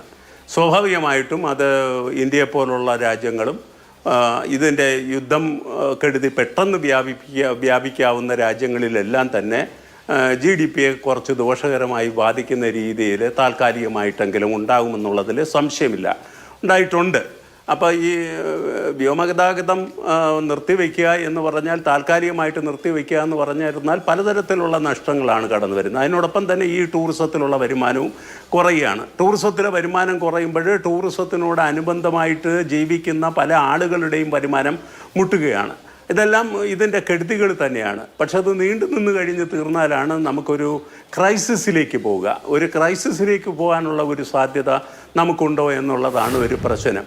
ഇത്തരം അസ്വസ്ഥതകളൊക്കെ നമുക്ക് എപ്പോഴും ഉണ്ടാകാറുണ്ട്. അതുപോലെ തന്നെ ഈ ക്രൂഡിൻ്റെ വില പിന്നീട് കൂടുമ്പോൾ സ്വാഭാവികമായിട്ടും നമുക്ക് ഇതര അസറ്റുകളിലേക്കുള്ള പിന്നീട് സാധ്യതകളും വർദ്ധിക്കാനുള്ള സാധ്യതയുണ്ട്. ഇപ്പോൾ ക്രൂഡ് ഇൻവെൻട്രി ആയിട്ട് സൂക്ഷിച്ചിരിക്കുന്നവർക്ക് അത് ലോട്ടറി അടിക്കുന്നതിന് തുല്യമാണ്. നമുക്ക് 74-75 ദിവസത്തേക്കുള്ള ഇൻവെൻട്രി ആണുള്ളത്. US-നാണെന്നുണ്ടെങ്കിൽ ഇൻവെൻട്രി കുറഞ്ഞത് കൊണ്ടിട്ടാണ്, അവരുടെ കരുതൽ ശേഖരം കുറഞ്ഞത് കൊണ്ടിട്ടാണ് ഈ യുദ്ധത്തിന് മുമ്പേ തന്നെ ക്രൂഡിൻ്റെ വില കൂടിയിരുന്നു. അത് നമ്മൾ കാണാതെ പോയൊരു കാര്യമാണ്. ക്രൂഡിൻ്റെ വില ഈ യുദ്ധം കൊണ്ടിട്ട് മാത്രമല്ല, അതിന് തൊട്ട് മുമ്പ് തന്നെ US-ലെ പിന്നീട് കരുതൽ ശേഖരം കുറയുന്നു എന്നുള്ള വാർത്ത വന്നപ്പോൾ തന്നെ, അതിൻ്റെ ഡേറ്റ വന്നപ്പോൾ തന്നെ ക്രൂഡിൻ്റെ വില കൂടി. അപ്പോൾ സ്വാഭാവികമായിട്ടും നമുക്കും അത് ഇപ്പോൾ കൂടുതൽ ദോഷകരമായിട്ട് വരുന്ന രീതിയിലാണ് വരുന്നത്. പക്ഷെ അതൊരു വലിയ പ്രതിസന്ധിയിലേക്ക് നീങ്ങുമോ എന്ന് ചോദിച്ചാൽ അതിനുള്ളൊരു സാധ്യത ഇപ്പം കാണുന്നില്ല. അതുകൊണ്ട് സ്വാഭാവികമായിട്ടും ഈ ഗോൾഡിൻ്റെ വിലയിലൊക്കെ അല്പം കൂടുതലുണ്ടാകും. മറ്റ് ആസ്തികൾ അവിടെയും ഒരു കാര്യം പറയേണ്ടത്, ഗോൾഡിൻ്റെ വില വളരെ ഉയർന്നതിന് ശേഷമുണ്ടായ യുദ്ധമാണിത്. ആ യുദ്ധത്തിൻ്റെ ഫലമായിട്ടുണ്ടായ ഒരു വർധനവിനെ നമ്മൾ ഇപ്പോഴത്തെ നിലയിൽ കാര്യമായിട്ട് എടുക്കാനില്ല. അതിൻ്റെ സ്വാഭാവികമായിട്ട് തന്നെ 75,000 രൂപയിലേക്ക് ഒരു പവന് എത്തുമെന്നുള്ള ഒരു ഇവാലുവേഷൻ ഉണ്ടായിരുന്നു. അതിൻ്റെ ഒരു പശ്ചാത്തലത്തിൽ നമുക്കൊരു ഭീകരമായിട്ടുള്ളൊരു വർധന ഉണ്ടായി എന്ന് പറയാൻ പറ്റില്ല.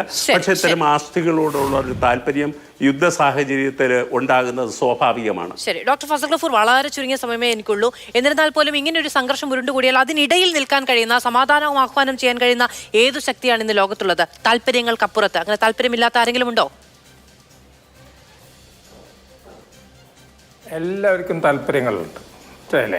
എല്ലായിടത്തും പ്രോക്സി യുദ്ധമാണെന്ന് നോക്കിയത്. യുക്രൈൻ റഷ്യ പ്രോക്സി യുദ്ധം, മറ്റേ ഹൂത്തി പ്രോക്സി യുദ്ധം, സൗദിക്കെതിരായിട്ട് യുദ്ധം, അങ്ങനെയല്ല. പക്ഷേ എൻ്റെ ഒരു അഭിപ്രായത്തിൽ ഇതിലൊരു ഒത്തീർപ്പ് ഉണ്ടാക്കാനുള്ള സാധ്യത അമേരിക്ക വിചാരിച്ചാൽ നടക്കും. പക്ഷേ അമേരിക്ക അതിനുവേണ്ടി ശ്രമിക്കില്ല. അവരുടെ ഉദ്ദേശം എങ്ങനെയെങ്കിലും ഈ ന്യൂക്ലിയർ ഇതിനെ ഇല്ലാതാക്കാനാണ്. ഇതിൽ യഥാർത്ഥത്തിൽ ഇതായിട്ട് വരേണ്ടത് ഈ നേരത്തെ പറഞ്ഞിട്ടുള്ള നമ്മൾ സുന്നി ബ്ലോക്ക് എന്ന് വിളിച്ചാലും അറബ് നേഷൻസാണ്. കാരണം അവർക്ക് സാമ്പത്തികമായിട്ട് വലിയ പരിക്ക് പറ്റുന്നതാണ്. അവർ ശരിക്കും ഇറാനായിട്ട് ഇപ്പോൾ ചെറിയൊരു ബന്ധം കീപ്പ് ചെയ്യുന്ന ചിലപ്പോൾ ഒത്തീർപ്പ് ഉണ്ടാക്കാൻ വേണ്ടിയിട്ടാണ്. അവർ ഇറാനായിട്ട് നേരിട്ട് ഇപ്പോൾ മുട്ടുന്നില്ല, പഴയമാതിരി ഇല്ല. അപ്പോൾ എനിക്ക് തോന്നുന്നത് ആ ബ്ലോക്ക് അതിൽ എല്ലാവരും ഉണ്ടല്ലോ, ഓൾമോസ്റ്റ് അബ്രഹാമിക് അക്കോർഡിലുള്ളവരുണ്ട്, അല്ലാത്തവരുണ്ട്, സൗദി ഉണ്ട്, അതിൽ ഈജിപ്റ്റ് ഉണ്ട്, എല്ലാവരും ഉണ്ട്. അവരിതിൽ ഇടപെട്ടിട്ട് മിഡിൽ ഈസ്റ്റ് ഒരു സമാധാനത്തിന് വേണ്ടി ശ്രമിക്കണം.